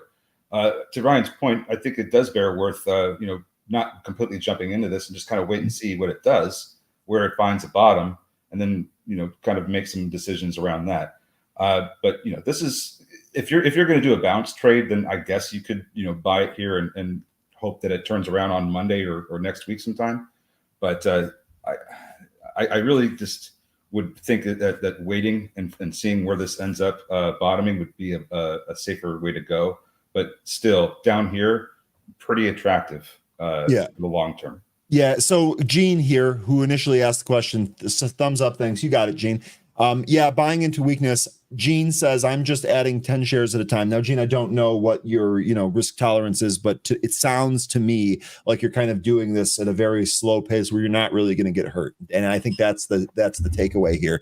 Jay Rice seems to agree with both of us, 13. If you want to buy it, wait at least 2 or 3 days. I have no interest. Kind of wait for this to shake out, right? Wait for the dust to settle. Not necessarily in a rush here. To Gene's point, though, if you're adding maybe 10 shares at a time, you're probably not getting into a spot where you're in too much trouble. Yeah, that's just a safer way to do it, I think. And I agree with Jay. Wait a little bit and see where this kind of shakes out, because this is just a really big, violent move to the downside for the stock. You're going to see the RSI is just kind of screaming at you like, "Holy crap! This is a great time for a bounce." Just be careful and manage your expectations. It is under 8. It's like 1850 right now on the RSI, which is super low. Just be very, very careful with this. It could go lower. Well said there. Real quickly here, a number of chatters are mentioning Lucy. This actually popped, dipped, and is now back at the VWAP. We crossed over. It's a penny stock, so really for you penny players here, if you opt to take it, it does look like it has some strength here. Real quick, Jay Michael saying, thanks, guys, for another great show, and thanks to the powers to be for removing the ads. Have a great weekend. I'm quitting early. Just don't feel in tune with my trading today. Jay Michael, I think that's I think it's a really disciplined approach. If you're not feeling it, don't force it. That's a good way to keep your account balance in good shape. You promised me one thing, Mr. Michael, that you will enjoy your weekend. We'll see you next week. Like I said about the ads yesterday, the show's team is completely on top of it. The company's growing up. We're trying some things, but we absolutely listen to feedback. It is part of our ethos. So we'll keep you abreast on all of that. Okay. Smoke Tuna saying not much to trade today, but you know what, Smoke Tuna, we did find some things to trade, and here we are still hanging out. Appreciate all of you on YouTube and Twitter hanging out with us here today. We were still able to find something despite being in this muck. Yeah, Crow, I saw that ASNS was getting a VWAP bounce again after getting rejected at around that 188. It actually got up to 190. You're looking for 2. It looks like it could. The volume just needs to really not be as bad as it has been earlier this morning. I hope it goes to 2. I really do. I'm just a little bit worried that it's going to kind of whip around and not get up there. We'll see. You might be right. I think you are. DKR. Nice DKR. I don't recognize your handle here, but I appreciate this comment. This is regarding Walgreens Boots Alliance, ticker WBA. I don't think there's going to be much upside for WBA until we learn more details about their renegotiation of contracts with PBMs, or we see large-scale PBM regulation. So giving you another little aspect in there on the potential trade here for WBA. Too many drugs reimbursed to pharmacies under acquisition costs. Perhaps this is one of the things that helped drive Walgreens down in the first place. So really good information there.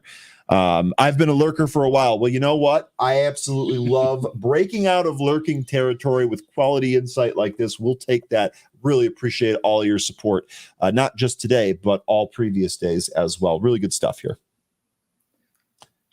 If EOSE can get some more volume, I think we can get up to the 142 pre-market high and maybe higher.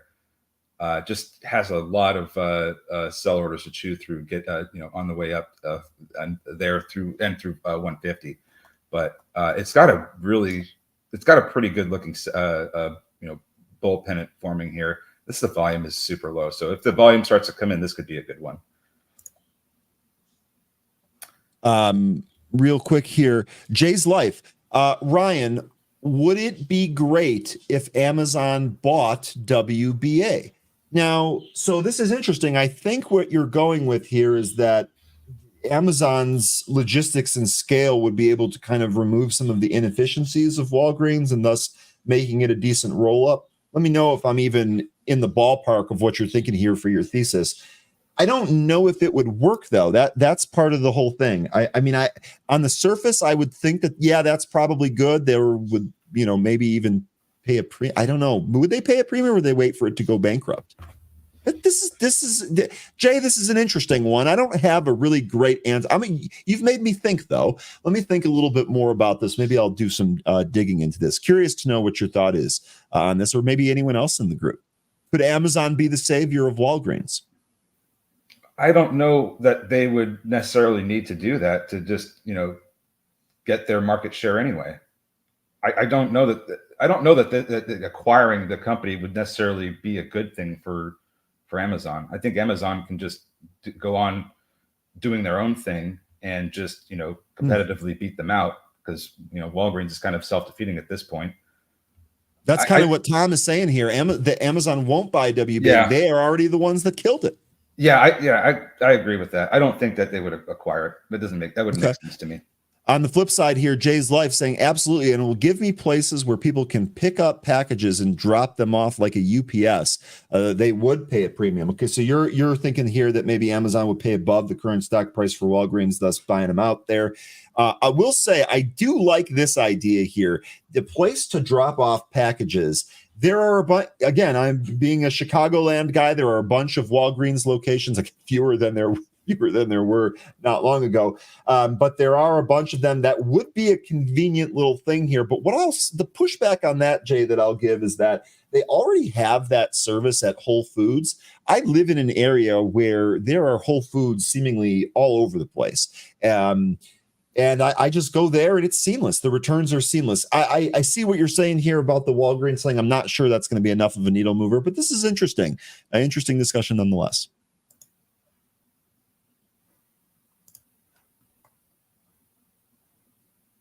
Yeah, I got it. Yeah, Walmart also takes market from Walgreens Boots Alliance. You're absolutely right. I think Amazon could drive greater profitability on Walgreens front-end sales through purchasing power, but the reimbursements to pharmacies for PBMs is seriously hurting pharmacies nationwide. And I think that this is one of the things that 13 did that factor into one of the reasons why you said you don't really think Amazon would take this on, almost like a why would they do that at that point? I mean, I don't know how into the pharmaceutical business they are. I don't think they are very much at all, and I don't know that they want to enter that. That could be one of the reasons, but I just don't know what there is to really, ultimately gain here, aside from maybe locations. But at the same time, I don't think that Amazon really needs the buildings that Walgreens operates out of. I think it's just more of an overhead for them. Okay. So I just don't. To me, it doesn't. I see the reasons you guys are saying where it could make sense, but to me, I don't think that that's something they would do. Okay. Well, this is what makes the market. Really good discussion nonetheless. By the way, PTGX, I'm not even sure we covered this here this morning. Protagonist Therapeutics. This did gap higher, about 35. Oh, excuse me. Looks like the dip is getting bought. We'll see what happens here at the VWAP. Maybe they can take this out, get a build above, go for those intraday highs here. PTGX.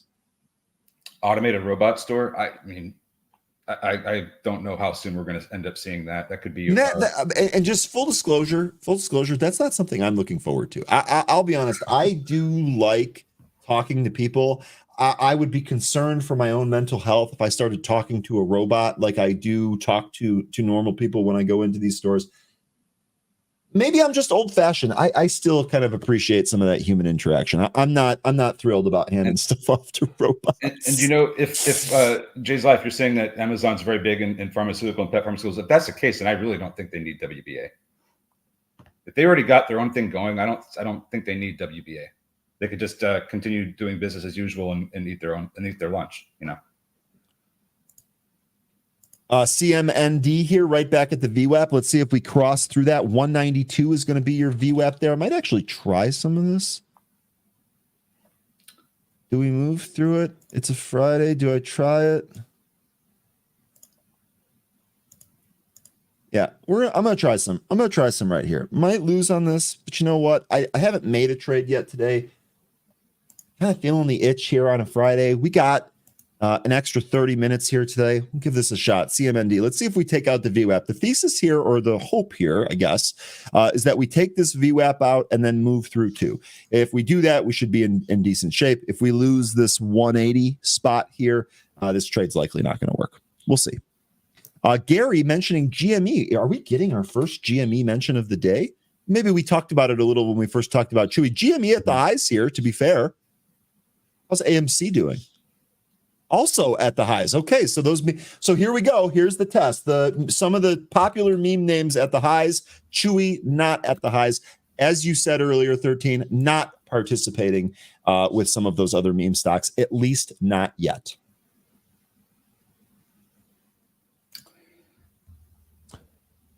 Roaring Kitty's dog post on X doesn't do much for Dogecoin, Shiba Inu, but sends this cat-themed crypto up. So cat-themed cryptos are up now?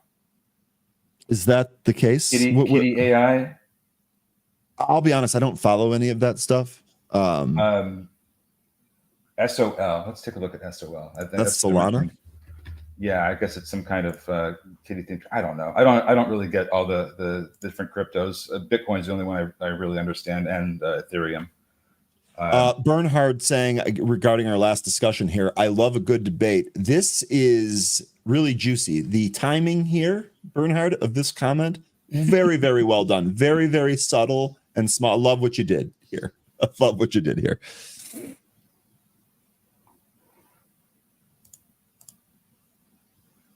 I mean, if you guys think that Amazon's going to pick it up, plan your trade accordingly.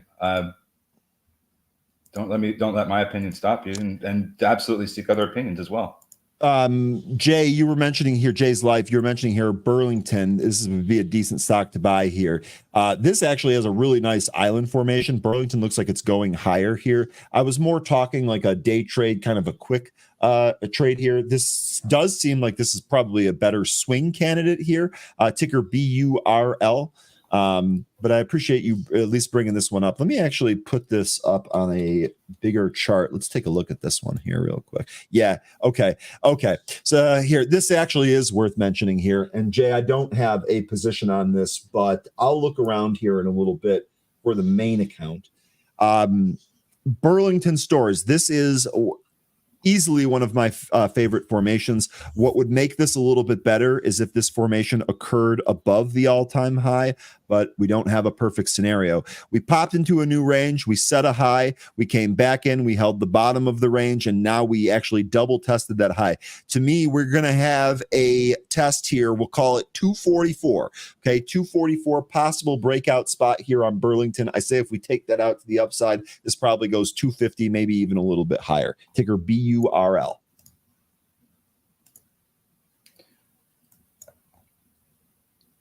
Looking to see if NNE is going to move off this VWAP.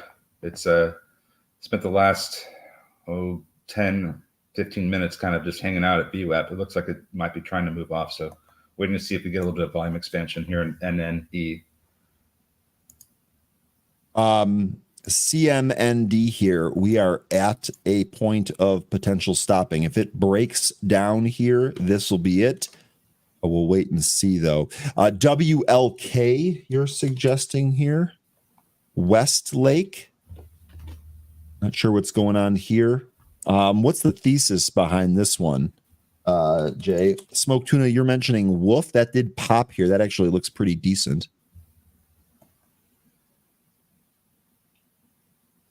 Chemicals, polymers, and building products is what Westlake Corp is a manufacturer of.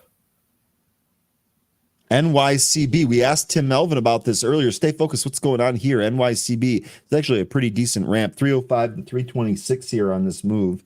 Volume is actually a little bit higher than average. Oh, yeah. Wolf is on the move right now.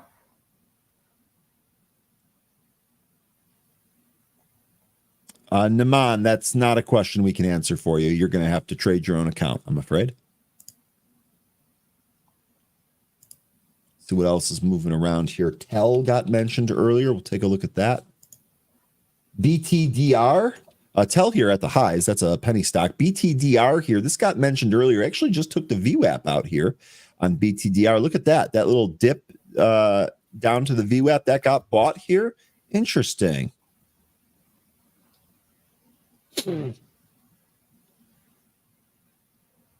Lots of slow movement today.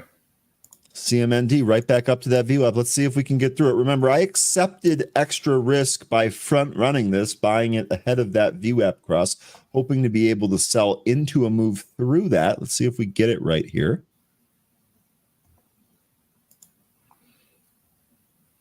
I hate to say, it's found a bottom, but because it, could completely go south on us, but it seems as though DJT may be bottoming. I think you might be right here, and you actually do have about 1.5 points to the VWAP on a move right from here. As I said at the outset, I'm going to stick to the plan. I'm going to not trade DJT here today, but 13, that's a good mention there. Lion Alice, you're not wrong. DVN is a great stock. I just prefer Chevron a little bit more. And I think I might be biased to that because I picked up Chevron in June of 2020 when energy was just absolutely getting hammered, and it did really well. So I guess I'm a little bit biased because it did so well for me, but I had other energy stocks as well. I just like Chevron because they are still, I believe they're still looking into developing geothermal energy. And they have several other angles to them as well on when it comes to, I believe, plastic products. So I like Chevron for a number of different reasons, but absolutely DVN is a great stock to own as well. CVX here, at least intraday, just took the VWAP back out here. This is actually looking pretty decent. Neville's asking, did I miss Anne-Marie? Neville, you did not miss Anne-Marie. Anne-Marie actually had an obligation to take care of today, so we are not doing that show here today. I have to check. Let me check the schedule. I believe the next one's going to be next Tuesday. Let me. Oh, you know what? No, it's not. So I think the next one's going to be a week from today, July 5th, but I don't want to say for sure on that. I think next week's going to be a wild card for some people. I think they're with the holiday on Thursday, middle of the summer, kind of a slow market.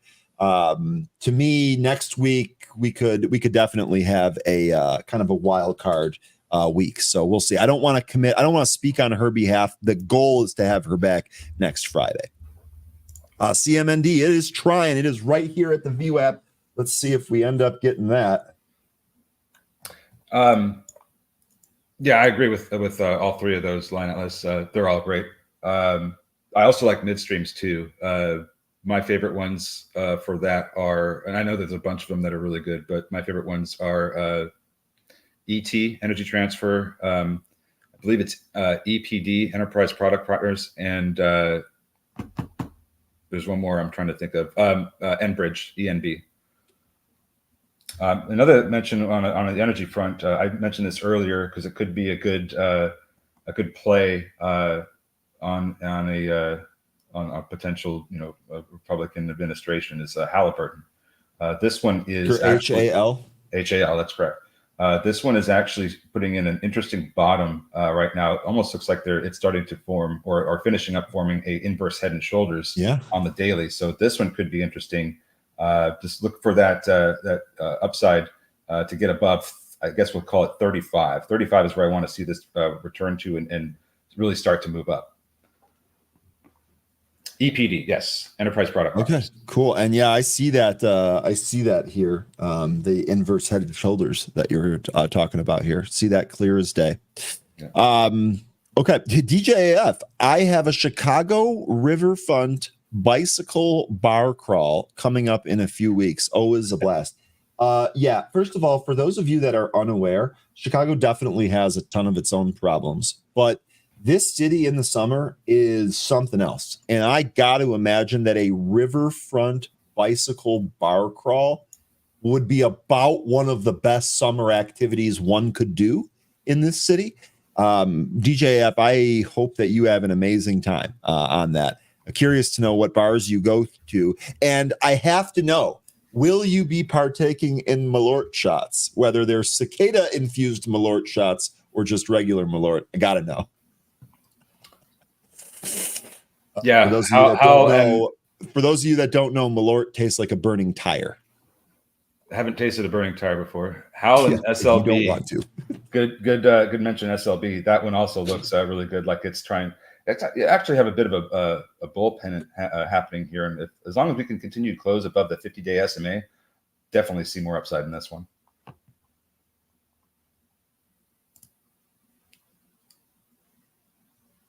I'm going to all the bars. Sure, I'll try about anything. Okay, let me know how that goes. I'd be curious. Elon asking a question here. Ryan 13, oftentimes a rally for a stock is preceded by a violent flush. What is your take on these types of flushes, that it's not event news or driven? Ciao. Okay, I can go ahead and answer this, and I'll turn it over to 13. My take on this is that flush down that precedes the rally, that is the final tranche of sellers that are just kind of giving up on it, right? The selling, when you see the flush, that is like the last ditch effort for everyone to kind of get out. We call that capitulation. And then past that, it's the value players or the longer term players that step in and buy it because they see a potential appreciation over the long term. So that to me is why I think that you see that. Now, it doesn't happen all of the time. And just because you see a violent flush, you could see another violent flush after that. It's not a guarantee that the stock is going to rally. But this is where we talk about kind of shaking out the weak hands. Generally, what you're describing here sure seems to me like shaking out the weak hands, the last batch of them before the stock can finally turn around. 13, do you have anything that you want to mention on this question? Really no comment on that. You pretty much nailed it.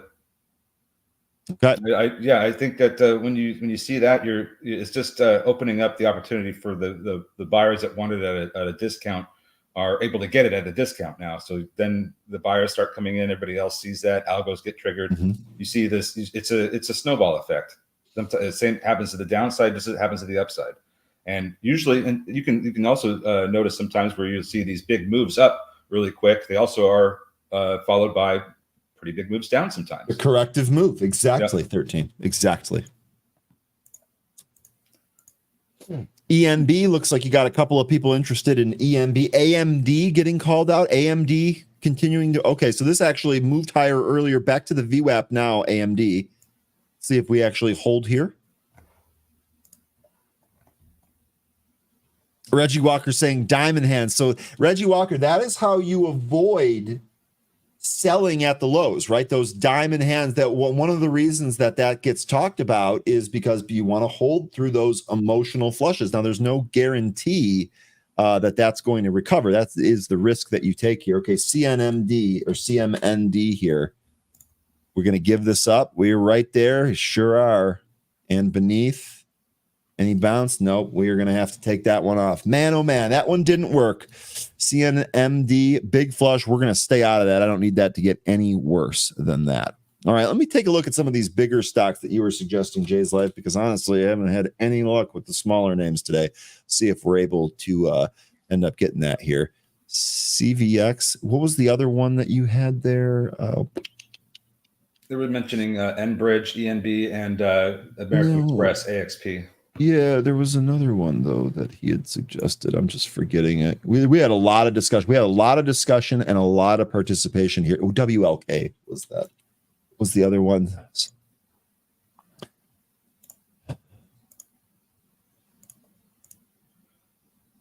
Yeah, well, ASRT just went to VWAP.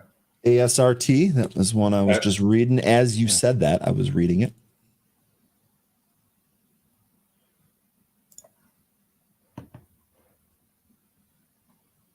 Smoke Tuna saying CMND, I called only a 10-cent move from that point. It did exactly 10 cents and then it flushed. There you go. Smoke Tuna, you have definitely got a handle on some of these lower ones. These low price ones, excuse me. PTGX, we talked about this one, still flirting with that VWAP. Keep this one on watch in case it moves through that VWAP. That might show us a trade. How's Chewy doing? Did we continue to break down? Still staying lower here. Lucy, that was a penny stock that you guys were mentioning. Yep, let me answer. Air down Jacob Bear here. Jacob, if you're in the chat, what's up? I think I'm getting my trade in DJT here. it's coming off that bottom consolidation that I was talking about. It sure is. Boy, go back to the VWAP and have this be a monster trade. I think, I think that's where I'd be all out is at VWAP. Okay. It might go through it, but the thing is that I don't like the volume that it's got right now. And if I get up to VWAP, I think I'll be thanking my lucky stars that it even got that far. Yeah, I mean, I also to scale out. I also think you're going to have a point plus at that point, so you're going to be in good shape, even if it moves up. This was a decent call. I hope this works here for you. What's the downside move here in case it doesn't materialize? Well, I have a stop out. Okay, that's what. Well, where's it at? It's at where I got in, which is at 36.50. Okay, sweet. I think that's a good plan. 13, I really do. Oh, wait a sec. The crow for president. I'd cast that vote. Oh, weekly. Okay. Okay.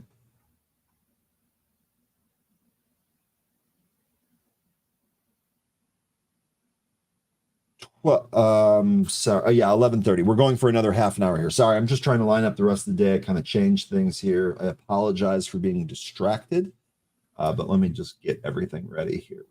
Yeah, ASRT, it's, the volume isn't great, but it's still moving over VWAP. And if that continues to go up slowly, I think volume might come in, start to, pour in a little bit here. So that's one thing to watch for. Just kind of waiting for this DJT movement to resolve. Otherwise, there it goes. Wow. Head fake. You came back in a little. That's okay. I took a little bit of profit when it first moved up, and then I was just having a stop for the rest. I got stopped out, so it's fine. Okay. Let me send this over to Jacob. Jacob, if you're out there, shout out. There you go. You're all set. Okay. Nick is back. Nick, are you ready? Can I get a thumbs up to let me know that you're ready here? Boom. Nick, break it down for us. What did you hear? What did you learn? What else is going on? Yeah, it was a wonderful conversation with Kevin. And so we touched on a lot of things, earnings. We talked about the labor market, talked about everything. And so I was trying to quickly write notes down. But one thing I do want to take away from this is Charles Schwab in their year outlook actually came in predicting the Fed to only cut or to actually cut 3 to 4 times this year. In that year outlook, they revised it down to 1 to 2 cuts. And so Kevin actually doesn't roll out a September cut. He thinks a September cut is possible. He also thinks they're cutting anywhere between once or twice this year, but within the data. They're going to be watching every data point that's going to be released. We talked about the Russell 2000, talking about how it is far away from its all-time highs. It's about 17 to 20% away from all-time highs at this point. And he says if you look at the stocks, an average drawdown within some of the companies, within some of these major sectors here is actually going to be down 15%. And so even though the S&P is reaching record highs, you actually have to look inside the major averages to try and find out which stocks are actually moving and what stocks are here. On the earnings, guys, he thinks that we're going to have he thinks that the banks are going to do relatively well, and he thinks earnings season as well. I picked out a few different stocks because, like Micron, I said the bar was set too high. He thinks that, the bar wasn't set too high, but they just didn't perform well. Talked about Walgreens, talked about Nike. He doesn't specifically talk individual stocks, but just the overall sectors. They're going to be watching energy. They're going to be watching tech. It was a good conversation overall, basically just reiterating what the tone has been.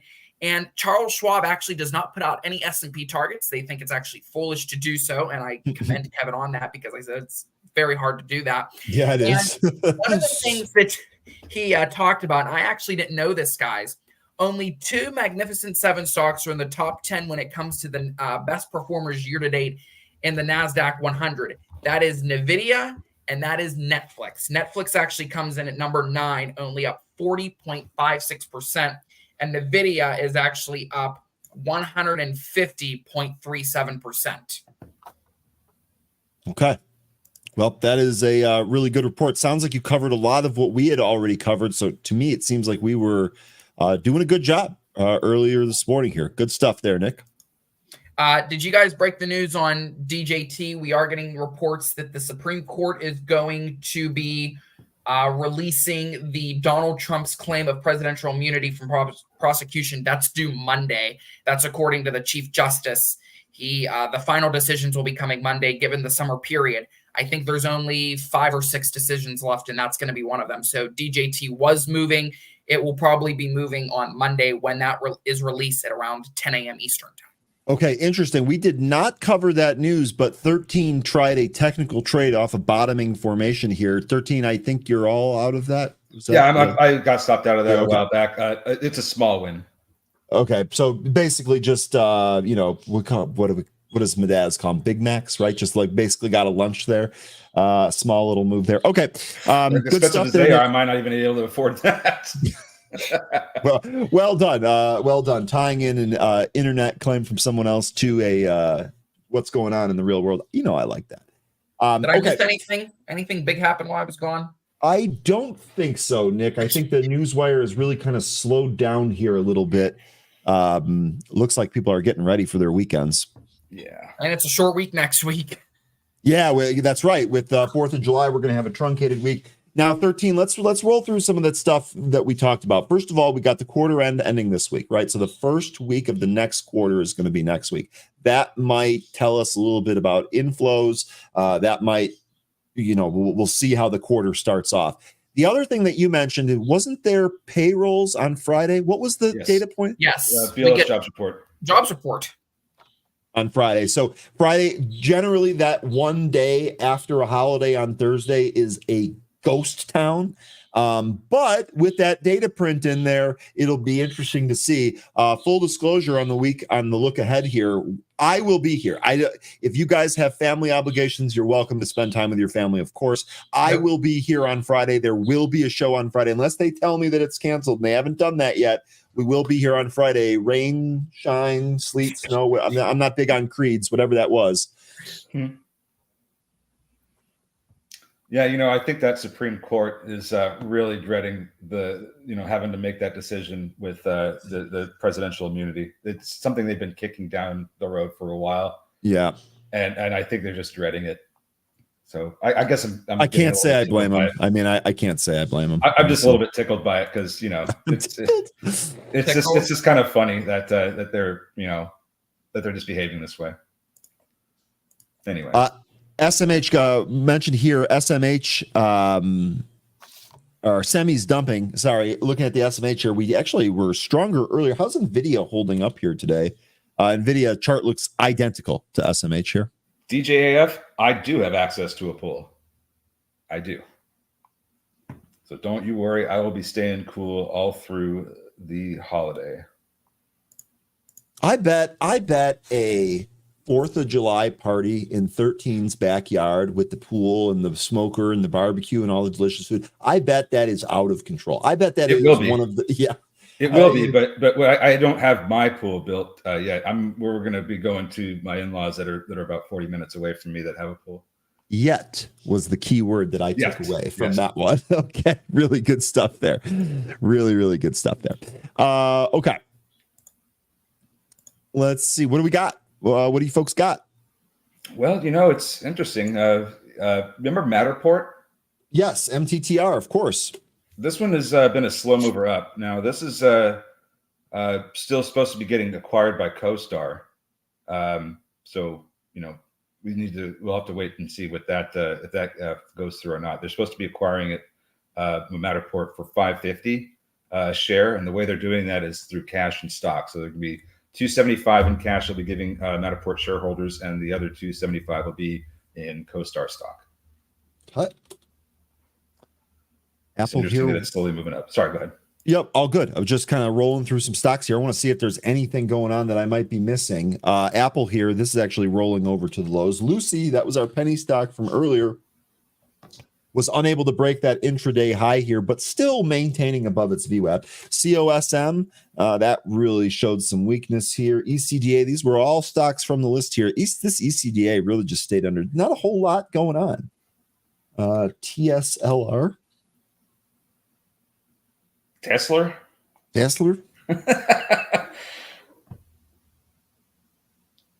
that's it, Line Atlas. Grill some steaks and stay by the pool.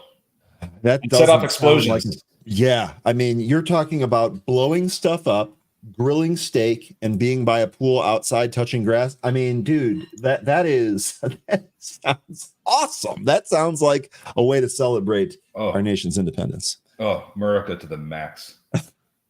I actually do. I've got an American flag shirt that I've got ready for this. Jay, mentioning EGIO here, Adigo. Not familiar with this one.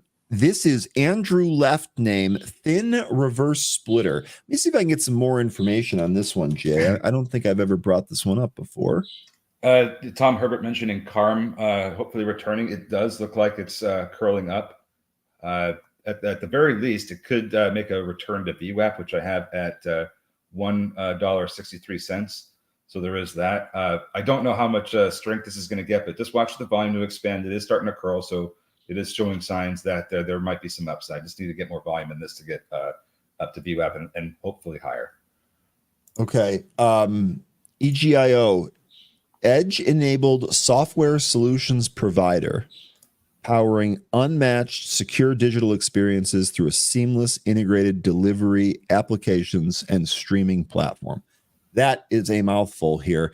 On average, the stock trades about 110,000 shares today. Definitely thin. Float of 3.7 million. You're spot on with that there, Jay. We did have some. Oh no, those were paying for shares with tax. So those weren't buys on the open market, but that occurred at 9:31, so about a point under where we're at. We also had an exclusive back in May where Andrew Left told us about this one. So good mention here, Jay. Not one I'm familiar with. I'd love to know what your trading plan is here on that. Mr. Eli Peckett, yeah, perfect. You were just looking at that too. I think you're referring to what you have on the screen here. That's Trade to Pool that Ryan is using. Yeah, so this is the hub where you actually execute trades for. This is through Trade the Pool. They are a prop firm and a sponsor of our stream. That's why we're using it here. The other app that you might have seen is a web-based Newswire app. That's this one. This is Benzinga Pro. This is the flagship product here at Benzinga. Newswire, scanners, whole suite of tools, including an audio squawk. This is the bee's knees, if you will, in terms of stock platforms. So hopefully that answers your question, Eli. See NNE, just getting a little bit of volume here, resulting in a little bit more of a green candle that we like to see. So we'll see if this can continue to get volume and push up. The intraday high here is 21.93. Not necessarily saying that that's going to get up there, but it's looking good so far. I just need to see more expanding volume. SPY here pretty much gave up that move. DJF mentioning the back tracing the opening price. This is pretty much right back down to where we opened in the pre-market. Still higher, so we didn't go green-red. Still up by 0.25% here, but definitely showing some more weakness. Yeah, it looks like it's getting support from that 547 level. That's coming down here for a second test. If this gets tested multiple times throughout the day, I think 547 is probably going to end up falling, and you'll start to see the price move down into the 546 handle. But we'll have to wait. Look at this. WBA giving back almost all of its early gains here. We talked about this being maybe a dead cat bounce, said we weren't really going to play it. Boy, that didn't last very long. Oh, man. CMND was this? No, this is your first stop is your best stop. This rejected at the VWAP. I accepted a little bit of additional risk when I had bought it, saying I know what I'm doing, buying it ahead of the VWAP here. It didn't work out. This is why we protect ourselves with stops. Mongo database. Now this actually interesting. Let me bring up a better chart here. This might be a potential swing play here, which is more of the trades that I'm looking for. I have no position in this, but this is what I'm thinking. 13. I'd love to get your opinion on this as well as the group. If you guys have anything on it, MongoDB. So it looks like we did find a bottom here. The really interesting part about this is it looks like we are about to enter a potential gap. Now the question is going to be, does that gap fill? That gap starts here, 250-211, your exact print. It will fill here at 308.38. 8. So we're looking at a 50-point move here. We have the 50-day and the 500-day converging here at 306, which also kind of lines up with where that gap would fill. This an interesting setup for a potential long swing here. What do you think, 13? Yeah, I see all the things you're talking about. This is really good looking setup. It's just a matter of volume, and I guess I'm curious why is it down here in the first place? I guess there's a little bit more that I'd want to look into with this, but it does look interesting and enticing to go long before a gap fill. Absolutely. The chart is what is enticing here. 13, what you just said about looking at some other things here, that is exactly the thought process we should have. Looking at the insiders here, I actually don't see any buys. I do see some sells. That goes back to April. Nothing terribly alarming here. If we go back to the chart, by the way, 13, I know you were excited yesterday. I'm going to go ahead and tease this. We actually got a preview of a future Benzinga Pro improvement coming where you can overlay news events on the chart. Oh, 13, that is going to make our little task that we're kind of walking through right now here together, that is going to be made infinitely easier when that is available. I am waving my Zaid flag in the back here. He's really, really good. I'm super excited for that. But let's take a look at this. This was Thursday, May 30th. We'll go to the news tab and we'll scroll back to there. It shouldn't be too difficult. Looks like this was an earnings print here, a beat on the top and bottom line. And let's see what happened with the guy. They issued weak Q2 guidance, 13. That is why we gapped down here. The very next day, it looks like we had some re-ratings of the price target. Piper Sandler maintained overweight, but lowered the price target to 350. That's above that gap fill that we just talked about. Needham maintains their buy, lowered the price target. So that's what it was, 13. Looks like we had a lowered guidance here on the back of a top and bottom line beat on earnings. That sent it lower. We had a lot of people maintaining their weighting, or their rating, excuse me. I don't see anyone changing this to a sell, at least the day after. Yeah, I'd have to, look into this a little bit more. It's expensive, so it's just it is. If I was going to go long, I'd want to be sure that I'm, placing my capital in a good spot that's going to give me some decent returns. I don't want to commit so much that I only get a small move or a down move. Yeah, and you know what else? So I'm looking at the option chain here. Not terribly populated, but I think this is liquid enough. If you wanted to approach this with options, you probably could. This would be a question to ask Anne Marie. In fact, I'm going to add this to my note sheet. A trade on MDB. Possible gap fill. This is an interesting one. This came from the relative. I'm gonna look at this a little. I'm thinking about this over the weekend. I'm not in a rush here to buy anything here today. But this one's interesting.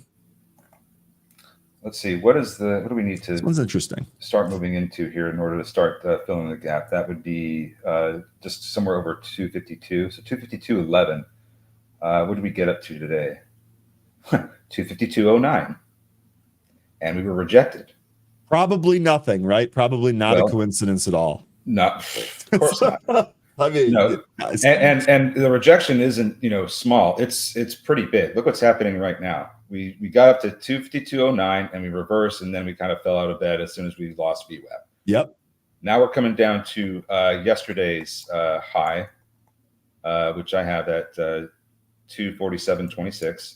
We'll see if maybe it gets support there, but I think I'm just gonna. I need to look into this a little bit more, do a little more research. I think that the gap fill idea is a really good one. It's just about timing of when I want to get into this. Maybe it's today, maybe it's on Monday, but I might want to just wait and see if that 252.11 or what number was breaks first. Okay. Smoke Tuna saying Lock and Key on Netflix is a great series. Lock spelled L-O-C-K-E. That reminds me of the Final Fantasy character from way back in the day. If you know, you know. FFIE got volume here. Indeed, this little penny stock will not go away despite the market's best efforts. Jay saying GovX here covered some at 362, so it looks like that pop up to 350. That got faded here. This thing lost the VWAP, retested the VWAP, had no strength. Lower we go. We'll see where that stops. WBA. That retraced its move. It's trying to bounce again. I'd be careful on that one, though. You know, with FFIE keeps getting, you know, news headlines that help it along. And the most recent one that I noticed it yesterday, and I, you know, didn't see any movement off of it when it came out. But apparently, this might be what it's moving on now. They received approval for continued listing from NASDAQ because they are out of compliance now, being under $1. So I think that's why you're seeing the activity in FFIE today. Okay. All right. Well, let's see. You're seeing this move vertical here, FFIE. Everything is so slow moving right now. Well, Yeah, it actually does. You know what it feels like? It feels like someone just kind of walked by in the arcade and then just kind of kicked the plug out of the wall, and just everything kind of just died down, and it's really quiet. That's what it feels like here to me. It feels like someone just kind of kicked the plug out from the router, and market's just kind of slowing down. Yeah, VIX, by the way, 1220. So we actually did move into an 11 handle on one of the extreme moves down. That was in the pre-market, though. I remember market seems to sell off when the VIX gets to an 11 handle, so that's something to keep an eye. Tiffany saying it feels like Friday. Indeed, just Tiff. laughing at that. What? Her comment. It feels like a Friday for sure. I mean, look at all of us. The three of us have smiles on our faces. The market's slow. We're having a good time. I mean, what other day could it be other than Friday? I don't know. We've had some pretty good days this week. No, yeah, we have. I mean, and I've said it before. Every time I wake up and I take a breath and I'm able to spend time with you folks, it is a good day. Yeah, we were all having withdrawals the day that we weren't on. We do, by the way, just so everyone's aware, just like we did with the ad feedback that you guys gave us, we gave them the feedback regarding not having a live trading show. I know you guys look forward to it. Look, I'm at the point now where this community feels like how I want to start my day. Like, I've done it so often, I'm used to it now, and I wouldn't want to change that. So my most profound thanks to everyone that shows up here on a regular basis, everyone that shows up here even once, but on a regular basis especially. You guys are really making for a good start to every day, and I can't thank you enough for that. Yeah, you know, that does tend to happen a lot, DJ AF. When it does get around there, that is usually a trigger, and it's actually can be a pretty good hedge as well. But that tends to happen a lot. Now, one interesting thing that I've noticed about the VIX is that in election years, in the end of June to the beginning of July, there's typically a VIX spike, as is there in early September and just before the general election day. It's like late October going into November. You tend to see VIX spike in those three moments of time. And I was looking at this going all the way back the past few elections. It's pretty consistent. So I'm expecting there to be some kind of spike in the VIX at some point soon here. Maybe we get it next week, but it should be happening soon. I just can't say when. And was there some event in November that might cause volatility or not? Sorry, you guys both looked at me like, "Are you serious right now?" General election, maybe. There's obviously a big one. Okay, I appreciate that, but especially you, Nick. You gave me that little side eye look over the shoulder. That was money. I wish I had that one clipped. Real quick here, Smoke Tuna. If you played Sim City, you know that people can choose to leave your city. Indeed. And a little fun fact here, I was a Sim City nerd. I actually had a class back in middle school called Urban Studies, where one of the week-long projects was we got to play Sim City, the original Sim City. This is way back. I'm dating myself now.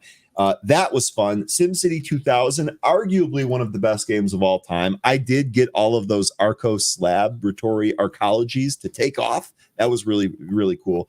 Anyway, you're going to talk about SimCity. You're going to have me nerd out. There's nothing I can do to stop that. Game's super fun.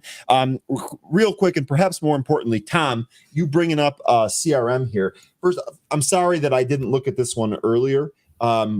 I love that you brought this up here because we also have a potential swing trade here. Walk with me on this one if you would. We actually just today traded above the 200-day. This is interesting because yesterday we popped above that 200-day, but we were unable to close above that. Let's see if we end up getting that close today. As you can see, we are in a gap. This gap was from 224 up to 267. Now we're currently right here around 260. This also lines up with the 50-day moving average.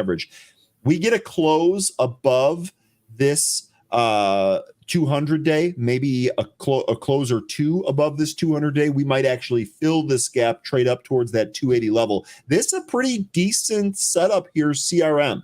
I'm interested in this. No position yet. Tom, you brought this one up. I kind of like this. Are you trading this? Curious.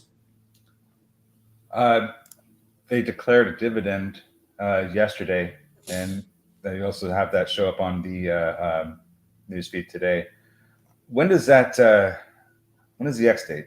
I guess is what I'd be curious about. Because if the movement here is to get in before then I could see that. But just be curious about what the X date is here on that one.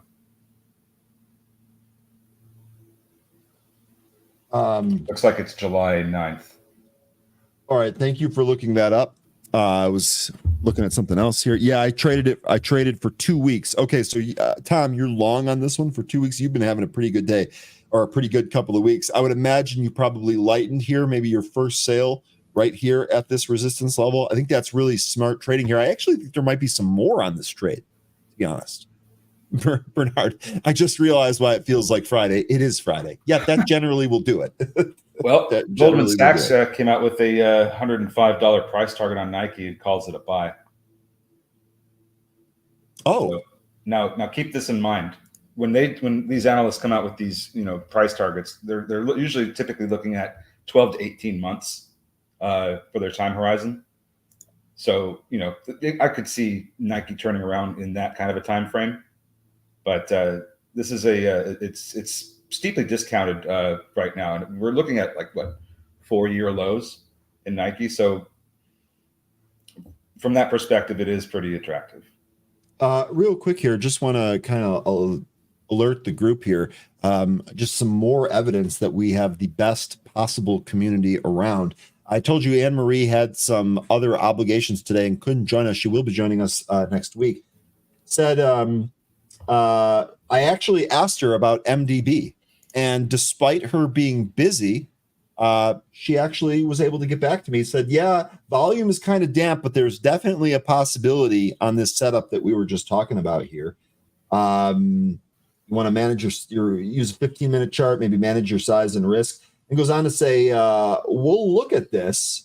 She said, I'd wait for the quarter to close and balance before putting an options trade on. So remember, quarter ends this week.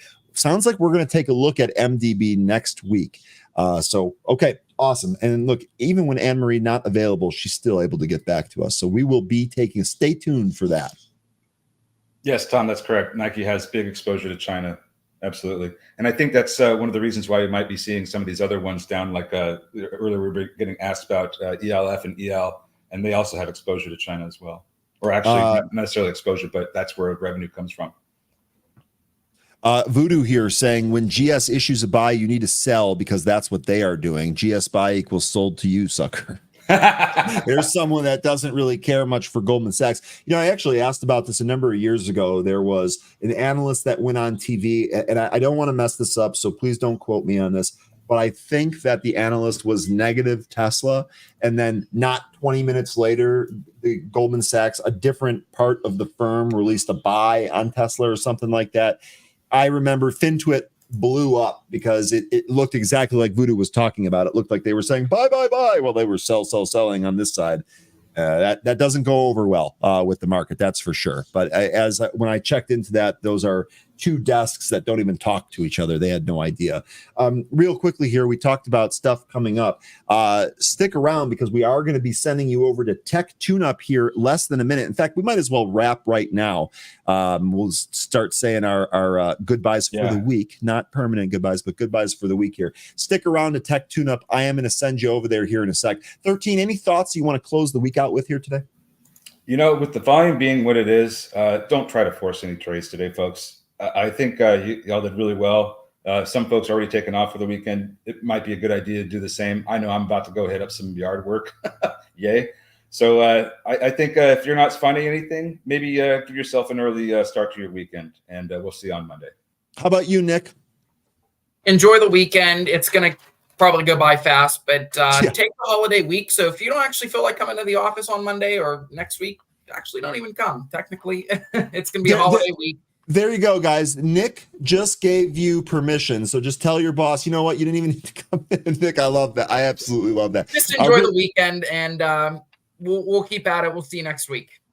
Really, really good stuff. Thank you both for all of the stuff that you guys have done here this week. It was a great one. We do have a holiday week. I'd like to reiterate, take care, guys. As Nick said, have a great weekend. Enjoy your weekend. We're going to send you over to Tech Tune-Up right now. Take